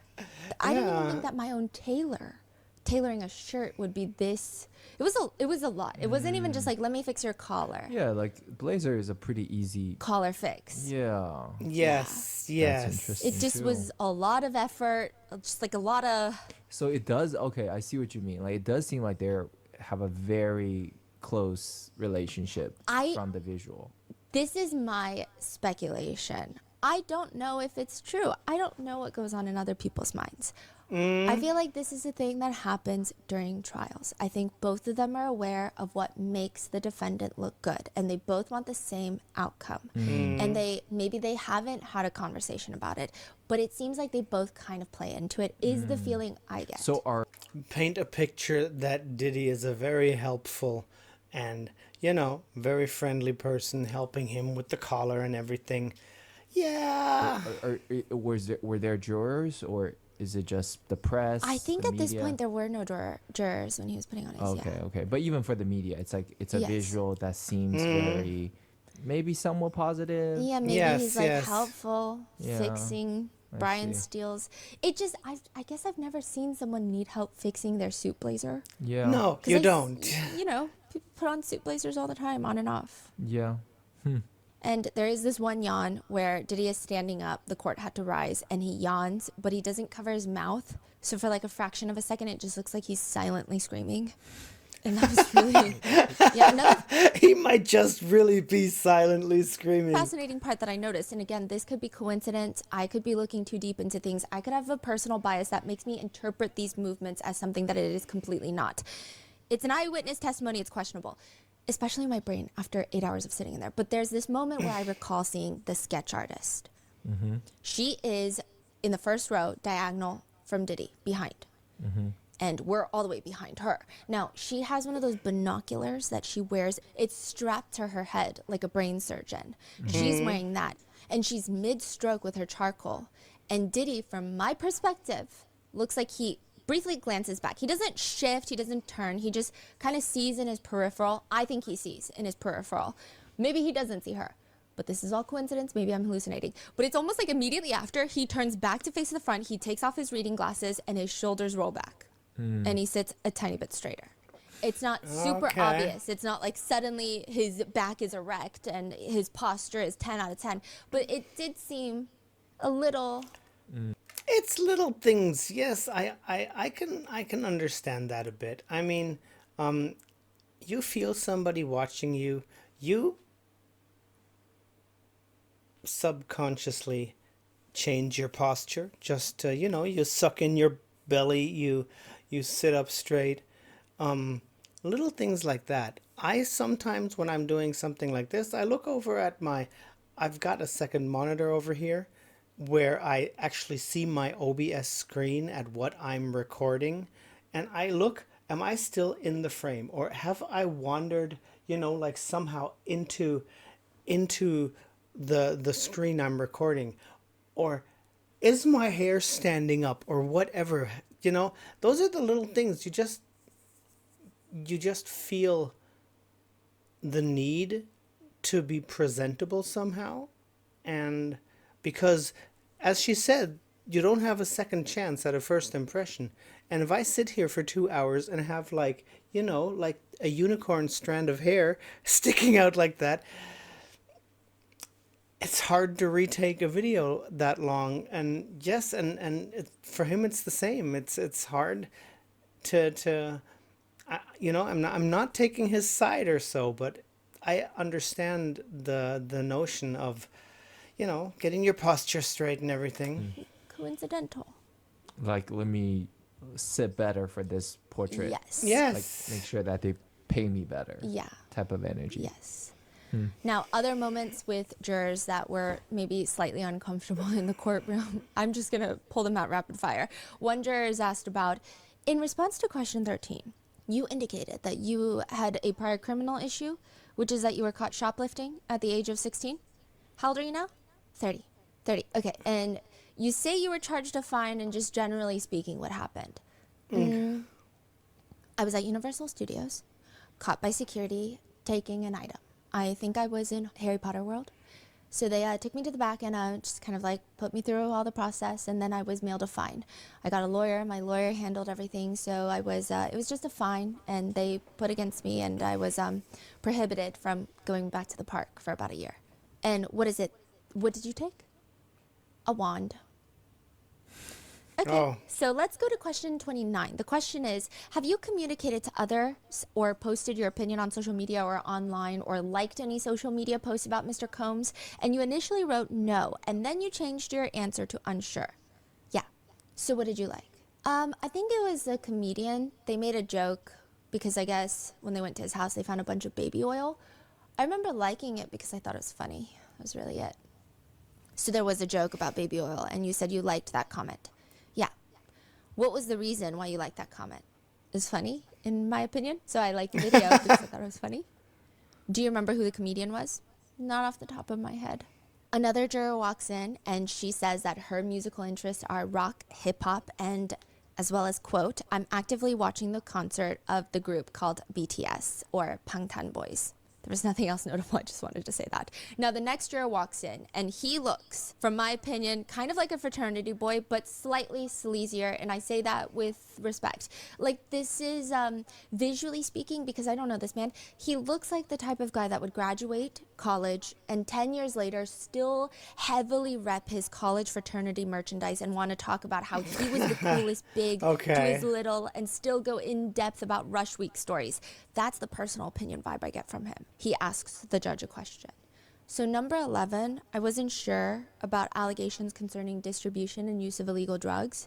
So I smoke marijuana personally for recreational use. Okay. And I'm not sure if that counts. So the question is asking, are you okay? Can you be unbiased if we talk about illegal drug usage? Mm-hmm. And he was like, well, I smoke. Mm-hmm. And there's a slight giggle in the courtroom, and the judge tells him, well, I wasn't asking about your use. Okay. But are you going to have any issues if there are allegations in this case about the distribution and use of drugs? Is that going to make you biased? No. The juror, to his very fine credit, he's incredibly honest, which I think is admirable. He basically states that he might have affected judgment, though, if he's on the jury. I use marijuana for personal recreational use, which might affect my judgment in making the right decision. Yes, meaning I guess. that, well, are you able to not use marijuana during this trial? I'm going to order you not to use marijuana during this trial. Are you going to be able to follow that instruction? Yes. And so if I give you that instruction and you follow it, you're not going to be having an issue. Correct? No.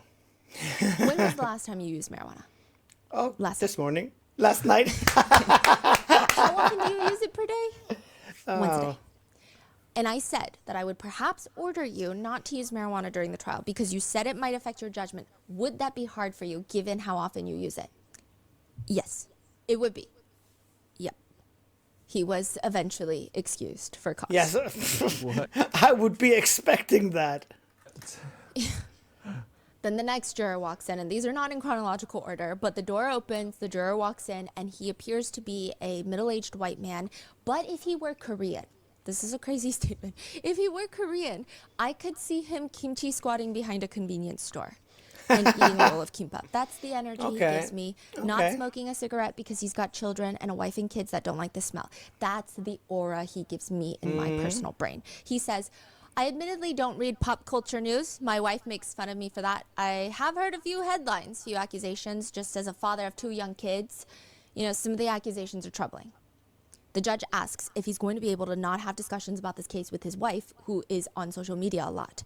He says, absolutely. Okay, so then just on the form, why did you say that you had a reservation or concern about whether you're going to be able to follow these instructions? My wife, she's a... she watches Sunset, TMZ. Like, that's what she loves. And so I assume this case is going to be all over that, since she's a follower of that type of content, and that is a little concerning to me. But he does say, she's a fan, she does her own thing, I'm not around, I'm not gonna go looking in her phone. If I can tell her topics that she cannot show me, she will listen to that. Has your wife spoken to you about this case, or this defendant? I guess a few months ago. Okay, what was the conversation? Oh my God, P. Diddy, these terrible parties. He's in trouble. Did he do it? He did it. Did he do it? No, for That is actually cool. Just wait for one of the jurors to say, "Oh yeah, I watched that 4-part episode from Rotten Mango." Yeah. And he was pretty okay. So a lot of the jurors, you can tell they're very soft spoken into the mic. yeah. He's like, OMG. How far is it from Diddy, like in terms of distance? 2 rows of desks, 3 rows of desks. It's 2 rows of Oh. desks. Yeah, like 3 rows of desks and then Diddy. So like super close. Yes. Wow. Okay, Yeah, okay. and they have to walk. So there's 2 doors. One Diddy comes out of, the other one the jurors come out of. And he has to walk. They have to walk by Diddy to sit next to the judge. And then walk Okay. out. Right in front. Did your wife express a view, her own opinion about this case? No. And did you express an opinion about this case? Oh my God, that's a pretty big accusation. He was excused from the case. The next juror walks up to the stand. He reminds me, and this is personal, but he gives me bowling dad vibes. Like, this man in my alternate universe in my head, I feel like he owns a collection of bowling balls and he bowls on the weekends. Is there anyone who doesn't know Diddy? What are bowling ball dad vibes? Am I missing something? From this all these people, or It doesn't appear that so way. most of them, they all know what's I mostly give laugh too loud vibes. going on. Yes. Okay. Yeah, and so he says he's unsure if he can be fair and impartial because the lifestyle bias, And when he's asked to elaborate further, he says, just the reputation that might be someone in that field. What do you mean by that? What field are you referring to? The music, LA lifestyle, it's very much different than the way I was brought up. What's your perception of how it was different? Fast and loose. He also says that he saw the video of Diddy and Cassie in the hotel. However, even though he saw it, he can be unbiased. He describes it as, well, you can't unring a bell. What does that mean, you can't unring the bell? I can't unhear something that I've heard, but I can separate that from what's presented here. Okay, yeah, He but you does appear can't. to be pretty honest in his answers. Like, even, it seems like he's very genuine. Like, he's not trying to be like, yeah, no, I'm unbiased. I would not be able to be unbiased after seeing that video. Definitely not. It seems like he's being very thoughtful. If I'm not mistaken, the defense did not want him on the jury.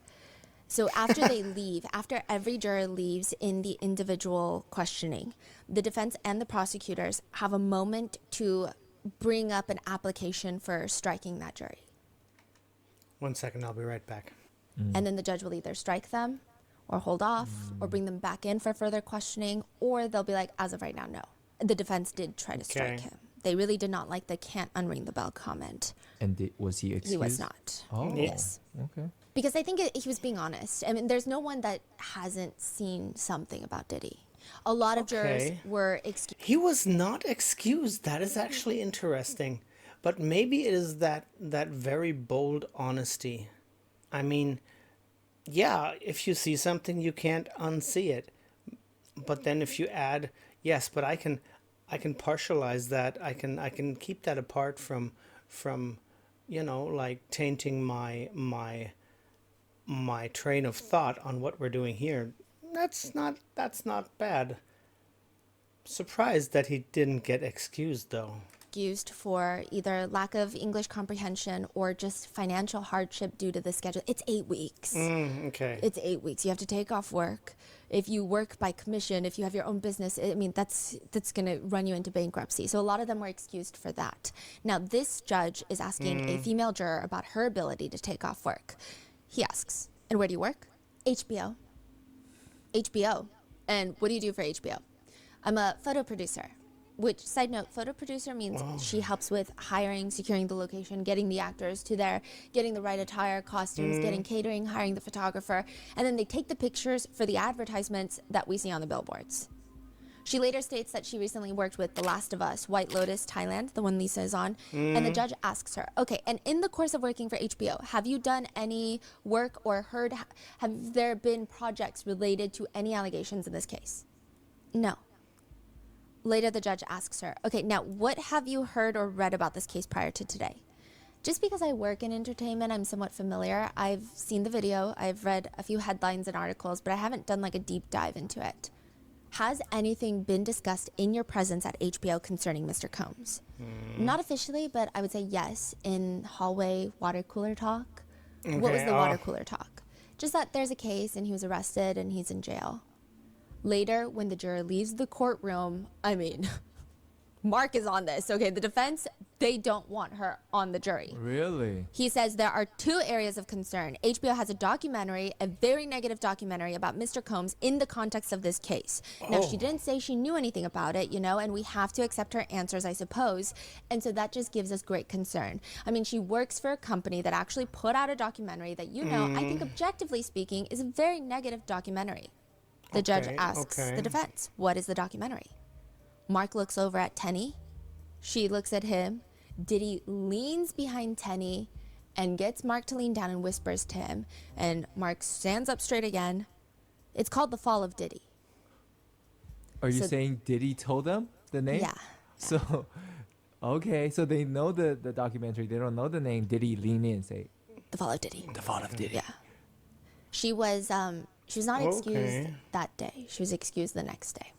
Now, there are lots of overlap in this case. It's not even just overlap of everyone has seen some news or some articles, some headlines, but there's a lot of personal overlaps as well.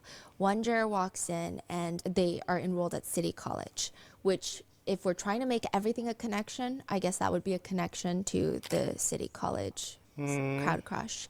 One juror walks into the courtroom. He tells the judge, I got to change one of my answers to the questions. He says, my wife, turns out probably about 30 years ago, served as a lawyer in a case. I don't even remember. I think she was involved in taking depositions, and it was a case that involved Mr. Combs. So she was a lawyer for someone involved in the City College crowd crush incident.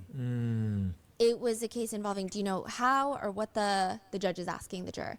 My understanding is that Mr. Combs was a promoter of a concert and something went wrong. There was a riot or, stampede at the door and some people lost their lives and there was, discussion about, his liability, I believe.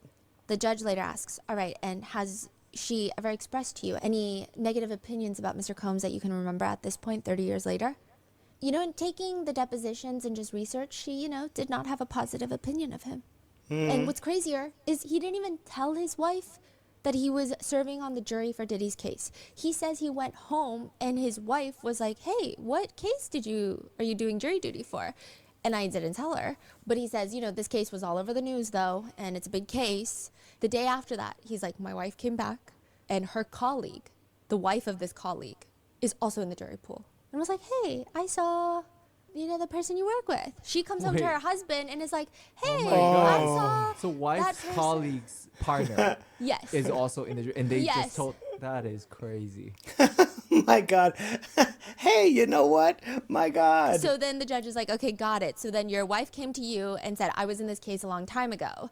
And then he's like, yeah, when I filled out the questionnaire, I had no recollection of it. I would not want her participation to come out at some point in the future and me not have revealed it. No, you did absolutely the right thing. So he's saying that was 30 years ago. I didn't even think about it. Yeah. And then, my wife was like, hey, my colleague's wife saw you at jury duty for the Diddy case. Duh. Yeah, he was excused. Yeah. He And was then there's excused. just a lot of other random, slightly awkward, interesting moments. Another overlap. When one juror walks in, he instantly is like, they're giggling.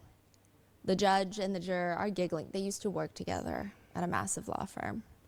What? So he was excused. Yeah. And another juror, there's a very awkward moment where he goes up and he is questioned, and he states that his occupation is working at MDC Brooklyn, the very jail that Diddy is being held at. So any of these like personal connections between anybody is a reason for them to be excused. Typically, but Yes, because you can be biased some way or the other, because yeah, if they're in your surrounding, then yeah, there is either a push or a pull in some way. it really depends on how strong the connection is. I did notice something, and I don't know if it's a coincidence. It could be a coincidence, but a lot of the jurors came up onto the stand, and one of the pieces of media that they say they saw before being called to jury duty is the hotel footage of Diddy and Cassie. And sometimes they will describe it. Sometimes the judge will read out what they wrote about the hotel footage in their questionnaire. But if it's brought up with a little more description, Diddy appears to me to be shaking his head no slightly. It happened multiple times, and every time the hotel footage came up, I would be locked in. I would be staring at Diddy, and often, again, he would just kind of shake his head no. So one juror is asked, do you remember what that still image was that you were referring to? So he just saw like a screenshot of it. It seemed to have been in a hotel hallway, and the still image was of a woman on the floor and, can I say, Mr. Combs standing. Now, the judge points out in the questionnaire, she wrote that it could be damning evidence. And she said, I guess I don't know how else to say it. It didn't seem to be what a person would want to be experiencing. I don't know how But else. the thing is, every version of that video that you can basically see online is pixeled, like, you can't really see. Was that not so in the beginning when it was leaked? Was it still in its true original form? Yeah. To phrase it. Another juror describes the hotel footage, and this is when they're questioned. A video in the hallway that was dragging a person over the hallway, and Diddy would kind of shake his head no. Later, the same juror states they saw, quote, parties, and there were like headlines in the news, parties, and there were different situations with people who were very uncomfortable after certain periods of time, and they feel like they were drugged, put something in their drinks, and then they remember, and then there were situations that people were abused, that they were taken advantage of.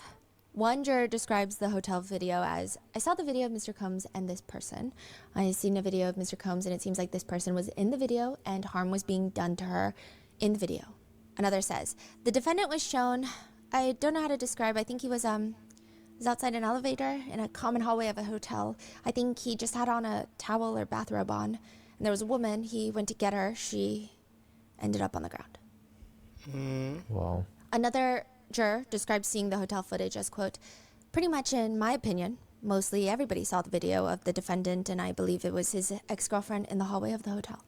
Another juror responds about what they saw prior to this. Again, the hotel footage. Yeah, it's what I remember from the news. And seeing those reports, did that lead you to form an opinion as to Mr. Combs' guilt or innocence? Yes. No, it didn't lead me to form an opinion. I was basically just watching it and was taken aback or shocked. No, the thing is, forming an opinion is something that happens on a subconscious level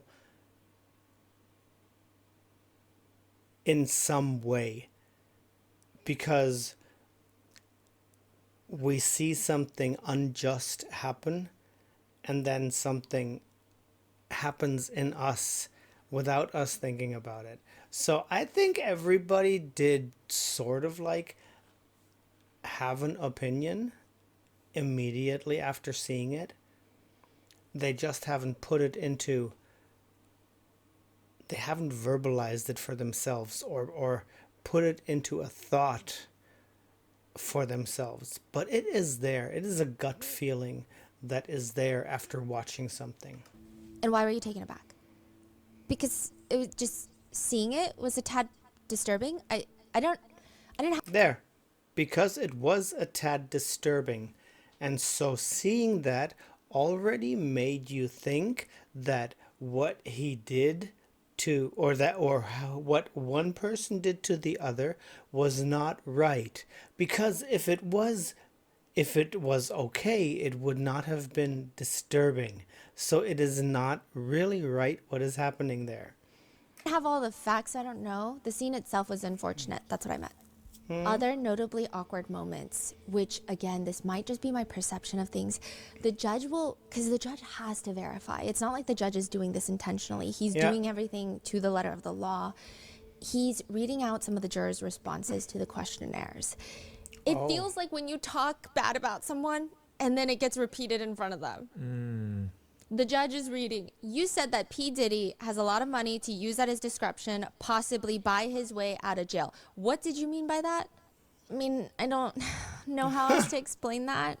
On the same note, another instance, the judge reads out another part of the questionnaire of another juror and reads out the repeating playing of the hotel video of incidents above and media gives the appearance of an angry, hostile person who is entitled.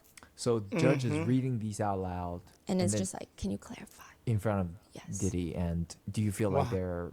I feel like, okay, so I was trying to watch both. Diddy's actually more deadpan during these moments. It's usually the hotel footage that seems to get a little head shake no. It gets something out of him. Yeah, otherwise people are like, yeah, I saw the headlines, I saw this. My wife was like, did he do it? Did he not? OMG. Not much. It's kind of just deadpan. But I will say the jurors look slightly uncomfortable. Yeah. Now, speaking with another juror, the judge reads, just to remind you, the question about have you read, seen, or heard anything about this case? And the last sentence here is, well, I'll just read the entire answer. You said, I know through the media that Sean Combs is accused of illegal activities related to human trafficking and extortion. I understand that a producer of his alleges that Mr. Combs may have forced him into sexual relations that were non-consensual, and that Mr. Combs was also accused of engaging in sex with underage participants against their will. Where did you get that information? With this one, I perceived a little head shake no. Yeah. I do think that it's been a very depressing week. I know a lot of the news headlines were pointing it out, but the amount of women and even men that were on the stand for further questioning. Now, because Diddy is accused of essay crimes, they have to ask, like, have you been essayed? Because it could form a bias that they need to at least know about. It doesn't automatically disqualify someone, but it's just something that they need to know. The amount of people that have been essayed in their lifetime, it just is like one after another, after another. One older juror states, the situation was a dentist that my parents had gone to and they didn't pay them. And they ended up sending me there and I ended up working for them for that. This is a very blurry authority versus a person who is not paying for their dental bill. I developed confusion about obligations, about authority, which... You know, I went to a lot of, I guess you could call it therapy about it to become more alert and more aware of boundaries around these types of situations. Wow. She was molested by the dentist. This happened in the 70s. Another juror reports that they were essayed by family members when they were like 8 years old. The thing is, that is so spread out everywhere. It is insane how SA is like everywhere where you don't expect it, where it's never talked about, where it's stayed silent about, where it's swept under not only one rug, but a whole pile of rugs. So many incidences that never will be talked about, that go on into the graves of the victims, that they take along with them, that they never ever talk about. That is insane. It is just... Another was essayed during college by a neighbor. Another, their daughter was essayed. Another was, there was attempted essay by a random person on the street. Wow. And the most depressing part of it is not even just the sheer amount of people that have those traumatic life experiences, is the fact that a lot of them do report that they didn't go to the police about it. There you go. They don't go further into it, but you can imagine, it's just, what are the police going to do? That's the feeling. One Marine vet, he came out, he looked like a sports dad. So I was trying to understand I guess the vibe, such a weird word, of each juror as they came out for individual questioning. He looked like a sports dad. He looked kind of buff. He's a Marine veteran. His wife was also in the Marines. And he tells the judge, my wife was a uniformed victim advocate in the Marine Corps in South Carolina. She's in the Marine Corps. We both were. And he admits, yes, potentially, I would be biased in this towards an alleged victim. Wow. And the judge excuses him for cause, thanks him for his service, and thanks him for being there. But it was a very interesting moment of having a very buff, statured guy walk up there, a Marine vet, and in front of Diddy say, yeah, I'm going to be biased towards the victim. Yes, very, very nice. There were a lot of people who have had experiences with DV. One juror states that their sister was a victim of DV. Another had friends that were ultimately deceased from DV. So it's just like back to back to back. Another juror, she seemed, at least in my opinion, traumatized by even having to answer the jury duty questionnaire. Wow. She was asked why she wrote no on the questionnaire about seeing Diddy on TV, and then later took it back and said, I actually did see him. And she said, because I'd been through all those things before, so I didn't want to talk about it. You said that you had been through those things. What do you mean? What I mean is I've been traumatized. It was in a war. It was a lot of things. She was older. It was lots of things. We went through this when I was there. She was excused. So a lot of the testimonies were just, not testimonies, but questionings were incredibly raw and difficult to get through. I mean, the thing is, you get questioned about traumas and you have to answer honestly, and it stirs up a lot of things that you might have just, for your own sanity, that you might have just buried somewhere and might have had some grass grow over it and just moved on in your life, and all of a sudden you have to get all of that stuff out again. You have to start digging holes, picking up that trauma just for the questioning of being in that. Wow. There were a lot of medical concerns, a lot of people that were very sick. One woman, she has ocular migraine, so she needs to take breaks, put her hands above her eyes and rest for her vision to come back. Another juror has 7 stents in their heart and has to take medications that would make it nearly impossible for them to come here and serve on the jury every day. Yeah, okay. And I think the very jolting part about watching and listening to the jury selection questions is, I feel like we meet a lot of people in our daily lives, but to have everyone's life encapsulated in a 10-minute, like they go through their most traumatic moments, they explain their job, their occupation, they talk about other random facts like my cousin is a law enforcement officer. I have a degree in psychology. So it feels like you get a very deep snapshot, not just of like the pretty resume, but like all of the aspects of what makes someone who they are in 10 minutes, and it also is just so depressing after depressing after depressing. That is so crazy too. It's it really underlines the sentence, don't judge a book by its cover. We see hundreds of people in the streets every day. We see so many people. You never know each person's story. You never know what they're going through. You never know how was their day, how was their year, how is their life. And it's just a basic thought of mine, or the way I go through life is to spread friendliness, to be friendly, to spread love, to be happy, and yes, and to not judge, most definitely to not judge. And if more people were just a little bit more like that, I don't know, if the world was a little bit more friendly, maybe things would be better. Maybe I'm too optimistic. Maybe, I don't know. I'm just an idiot watching a video right now. So, yeah, but I think you know what I mean. Yeah. And I think that's why this next incident became, I guess, a more funny moment in court, although I don't think it's funny. I think just everything is so depressing. A slightly older woman walks into the courtroom, a juror, and at least from my impression, from the other side of the courtroom, she appears very timid in her body language. Like how old is she? 50-60. Okay. She sits down next to the judge. She's one of the dozens of jurors that's going to be questioned. The judge says, in question 9B, the question was, would you be able to listen to and discuss matters of a sexual nature with fellow jurors? And your answer to that was no. And you gave a reason for it. And is it okay if I ask you about that while you're sitting here? Sure. Her voice is like, sure, like kind of shaky. Okay. What was the reason for your no answer? Shakes again. It sounds like her voice is breaking. I'm a very sensitive person, and I could faint or black out.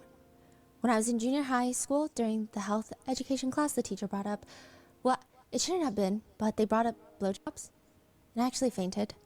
And the teacher and everybody surrounded me and said, what's going on here? And I was so embarrassed, I said I fell asleep when I did it. And so I feel that if I were to come into mental contact with something similar, I wouldn't be able to speak coherently, and I wouldn't be a good juror. She is excused. I think that was a very notable moment in the courtroom. An older woman was asked about how she responded to a question if she could be fair and impartial. And she says that she does have a level of anxiety about the idea of being on the jury. She says, it's very unfamiliar situation, I guess. It's not very familiar. It's unfamiliar. It's an unfamiliar environment, and I'm not used to being listened to intently and to having my answers matter very much. Oh, In question 9, you were asked if there's anything in the nature of evidence or graphic videos and photographs, including videos of physical violence, that would make it difficult for you to be fair and impartial. You said no, but you answered, I cannot predict my response and what the images will be. What did you mean by that? I've seen people die in front of me, like I watched somebody get run over by a train. There have been a few other situations in my life. I've seen horrible things actually happen, and I was okay with it. Not okay with it, but it didn't become a second problem. When something utterly horrible happens in front of me, I tend to shut down or just kind of call 911 or anything like that. But I guess in a video, it's detached. So she's saying, like, she's not 100% confident, but she assumes she'd be fine. The thing is, you never really know how you react to graphic things. You never know. On one hand, you can say, hey, yeah, I'm okay with it. And then you see it and you suddenly get this queasy feeling in your stomach. You can't 100% tell. Another juror raises concerns. You know, the only thing that I was and put in the prior question is that, to me, you have the life of somebody on your hands. So to me, that's a very difficult part.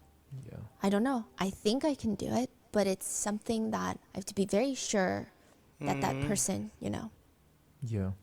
I will say that the media is reporting a lot of jurors just didn't want to be there and didn't want to serve. I actually didn't necessarily get that being in the courtroom.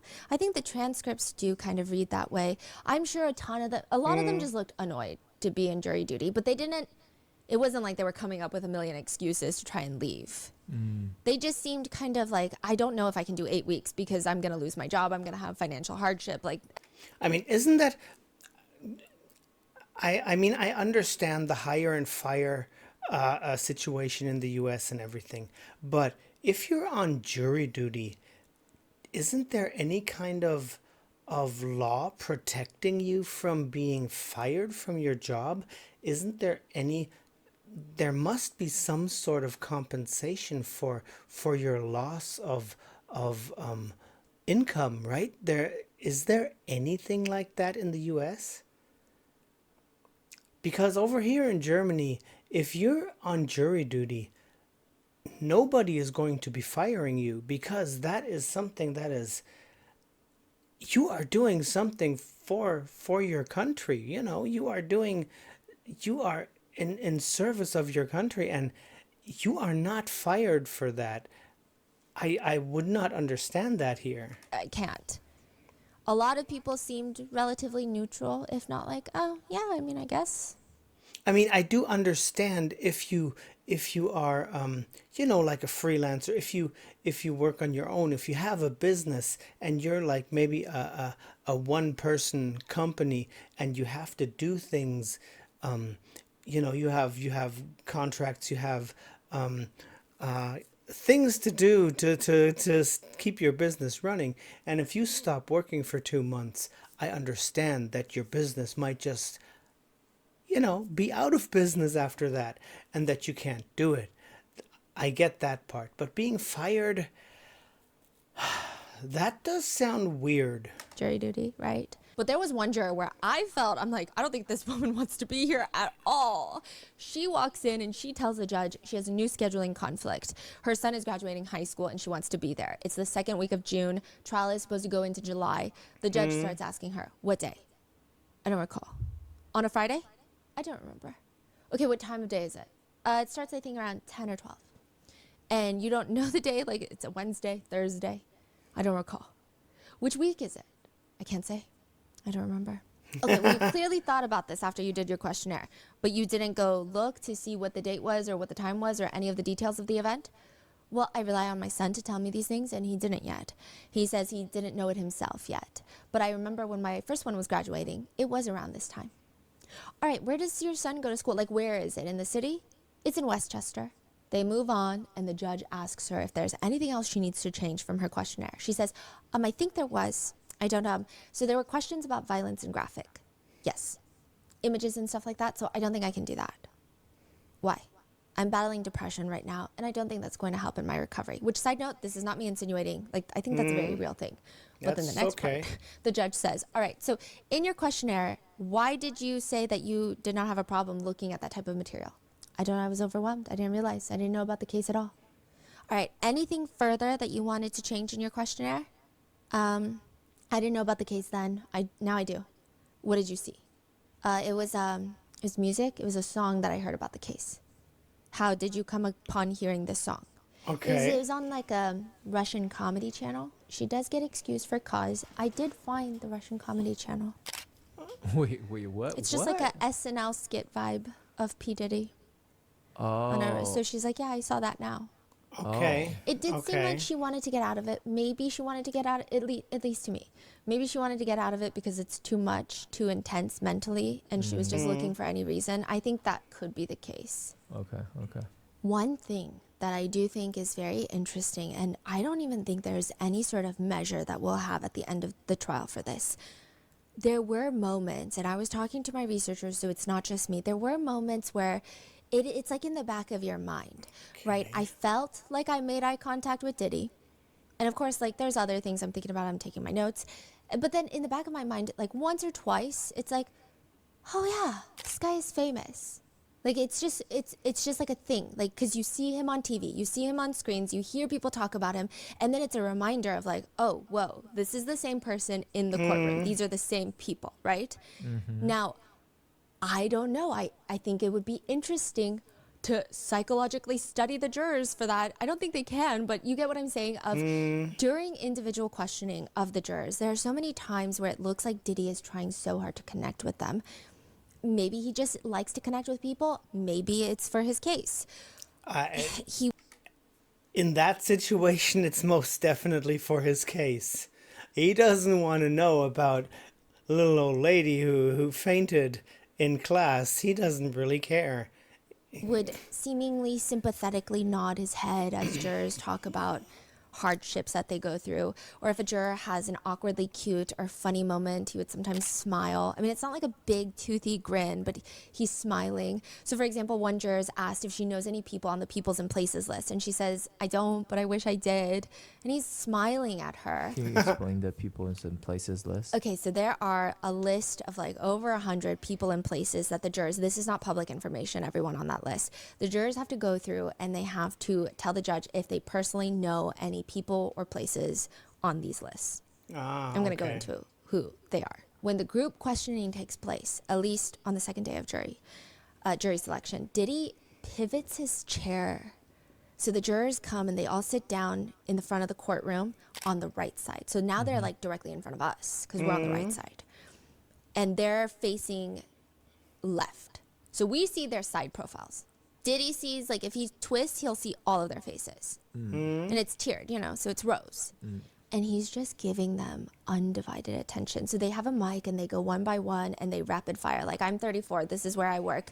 They have to answer a list of questions that they're given. And then they pass the mic and the next person and the next person.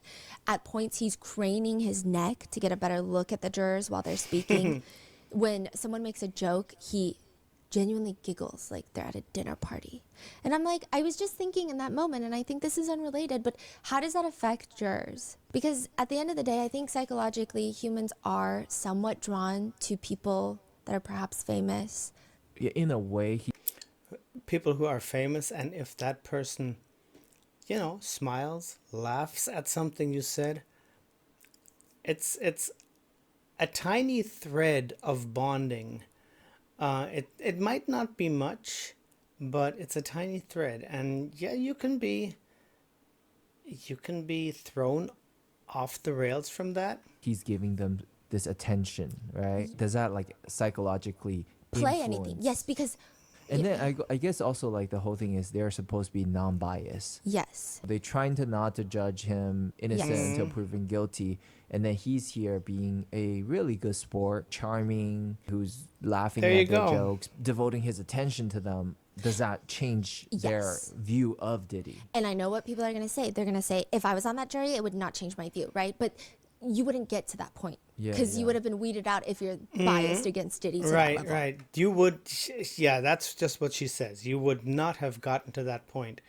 It's the large filter had already done its job, and then it's there for the really fine filters of picking out the ones that don't fit. So coming from like if they're a neutral, unbiased stance, does that even play a role? I don't know. Yeah, no, that's valid. That's a good point. Very valid. There is yes. another moment during group questioning where, so they all have to answer if they have adult children where their adult children work. So there's no, I guess, conflict of interest or any bias. One of the jurors states that her daughter retired as an executive from United Healthcare. And my eyes went straight to Mark, and because he and his wife are representing Luigi Mangione. At least from my perspective, it did seem like Kenny and Mark Agnifilo shared a look. It looked like a mental note look. It didn't look panicked. It didn't look crazy. It just was like, oh. But it was interesting nonetheless. Yeah. Okay, so now the Okay. people and Wow. places list. It's just a lengthy list. So far from all of every juror that was, the first day, they didn't ask personally. So every juror that came in was like, yeah, Kanye. And everyone's like, how does everybody know Kanye personally? And then once they're verifying, do you know them personally or you just recognize their name as a celebrity? They're like, okay, yes, I recognize their name as a celebrity. So far, here's the list of people. Number 38 is Chance Combs, which is Diddy's daughter. Christian Combs, Diddy's son. Lori Ann Gibson, a choreographer. Kanye West, Michael B. Jordan, which one of the jurors does mistake him for the basketball player. Lauren London, an actress who dated Nipsey Hussle before his passing, Kid Cudi, Mike Myers, the actor and comedian, Aubrey O'Day, Harvey Pierre, that's the producer. These are people that are like directly related to Diddy, and there's allegations or there's situations. Dawn Richards, Cassie Ventura, Michelle Williams, the singer from Destiny's Child, Dallas Austin, Young Miami. I would not have Michelle Williams. I would not have recognized her anymore. Wow. I mean, I know Destiny's Child from way, way, way back. I would not have recognized her here. Wow. Williams, the singer from Destiny's Child, Dallas Austin, Young Miami. It's been reported, so the main connection that people are focusing on is Mike Myers, because no one really knows like why. We don't know if the connection is deeper. It doesn't seem like there's a deep connection. And then it's reported that Michael B. Jordan went on a date with Cassie, which Diddy was reportedly upset by, allegedly. And then obviously Kid Cudi, his car was blown up, allegedly. Diddy blew up his car. And the rest, I imagine, a lot of them don't have sinister connections, as some people are making it appear. Like, I don't think this is the Diddy's list that, Yeah. but I guess we'll find out. So a lot of people are now guessing what's next because opening statements are coming Monday. Some people are commenting, I'm guessing Mark and Tenny are going to focus on the sex trafficking. And then Emily is going to be on drugs and drug use. Brian Steele, the RICO racketeering focus.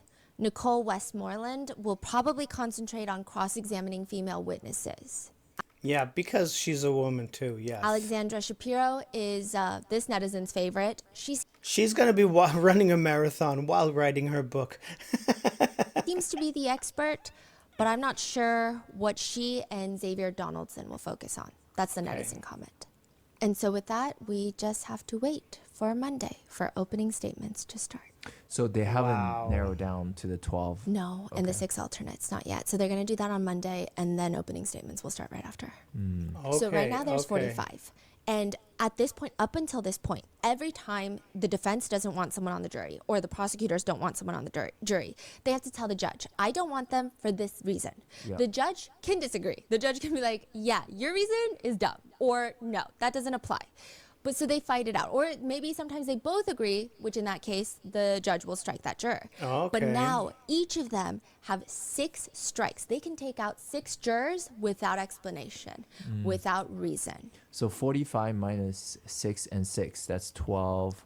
So 45 minus 12 would be 33 people left Yes, after yeah. they just knock out 12. But I do think that there's more questionings too for any potential strikes as Okay. well. I was not aware that the whole procedure of selecting the jury was this long. I mean, I guess it's maybe a little bit longer because this is such a big case, but I was not aware that it went into such depth, you know. They just have to narrow down to 12 and then 6 alternates. But I think it'd be interesting to see who they strike out, just because they're like, I don't want to give a reason. It's interesting. So a lot of decisions will be made on Monday, Wow. and I will be in the courthouse, and I will be right here right after, and I will see you then. Take care. Wow, this was I did see, I think it was on Instagram or on YouTube, a short or a reel where she said, okay, I will not be doing a daily update because it's just too much to keep track of everything and to actually get home after 10 hours in the courtroom and finish up a video like this and then get ready for the courtroom the next day again. So she said something about that. But yeah, this was interesting. I was not aware that the whole first episode here would be just about the jury selection. But okay, it opens new doors that I did not know of. This is interesting. So yes, folks, thank you all for sticking around. If you're still here, you're my hero. I guess I'll just say I'm excited for the next one. I like how Stephanie does this. As I said, I really like how she filters down all the information, how she lays out everything. That's what I like about her and about Rotten Mango in general, is the depth that she goes into things. It just feels well done, and it always feels good what she does. So yes, this was cool. Folks, thank you all for sticking around. You guys are great. Yeah, please take care and stay safe out there. As I always say, sarangay, annyeong. Until the next time.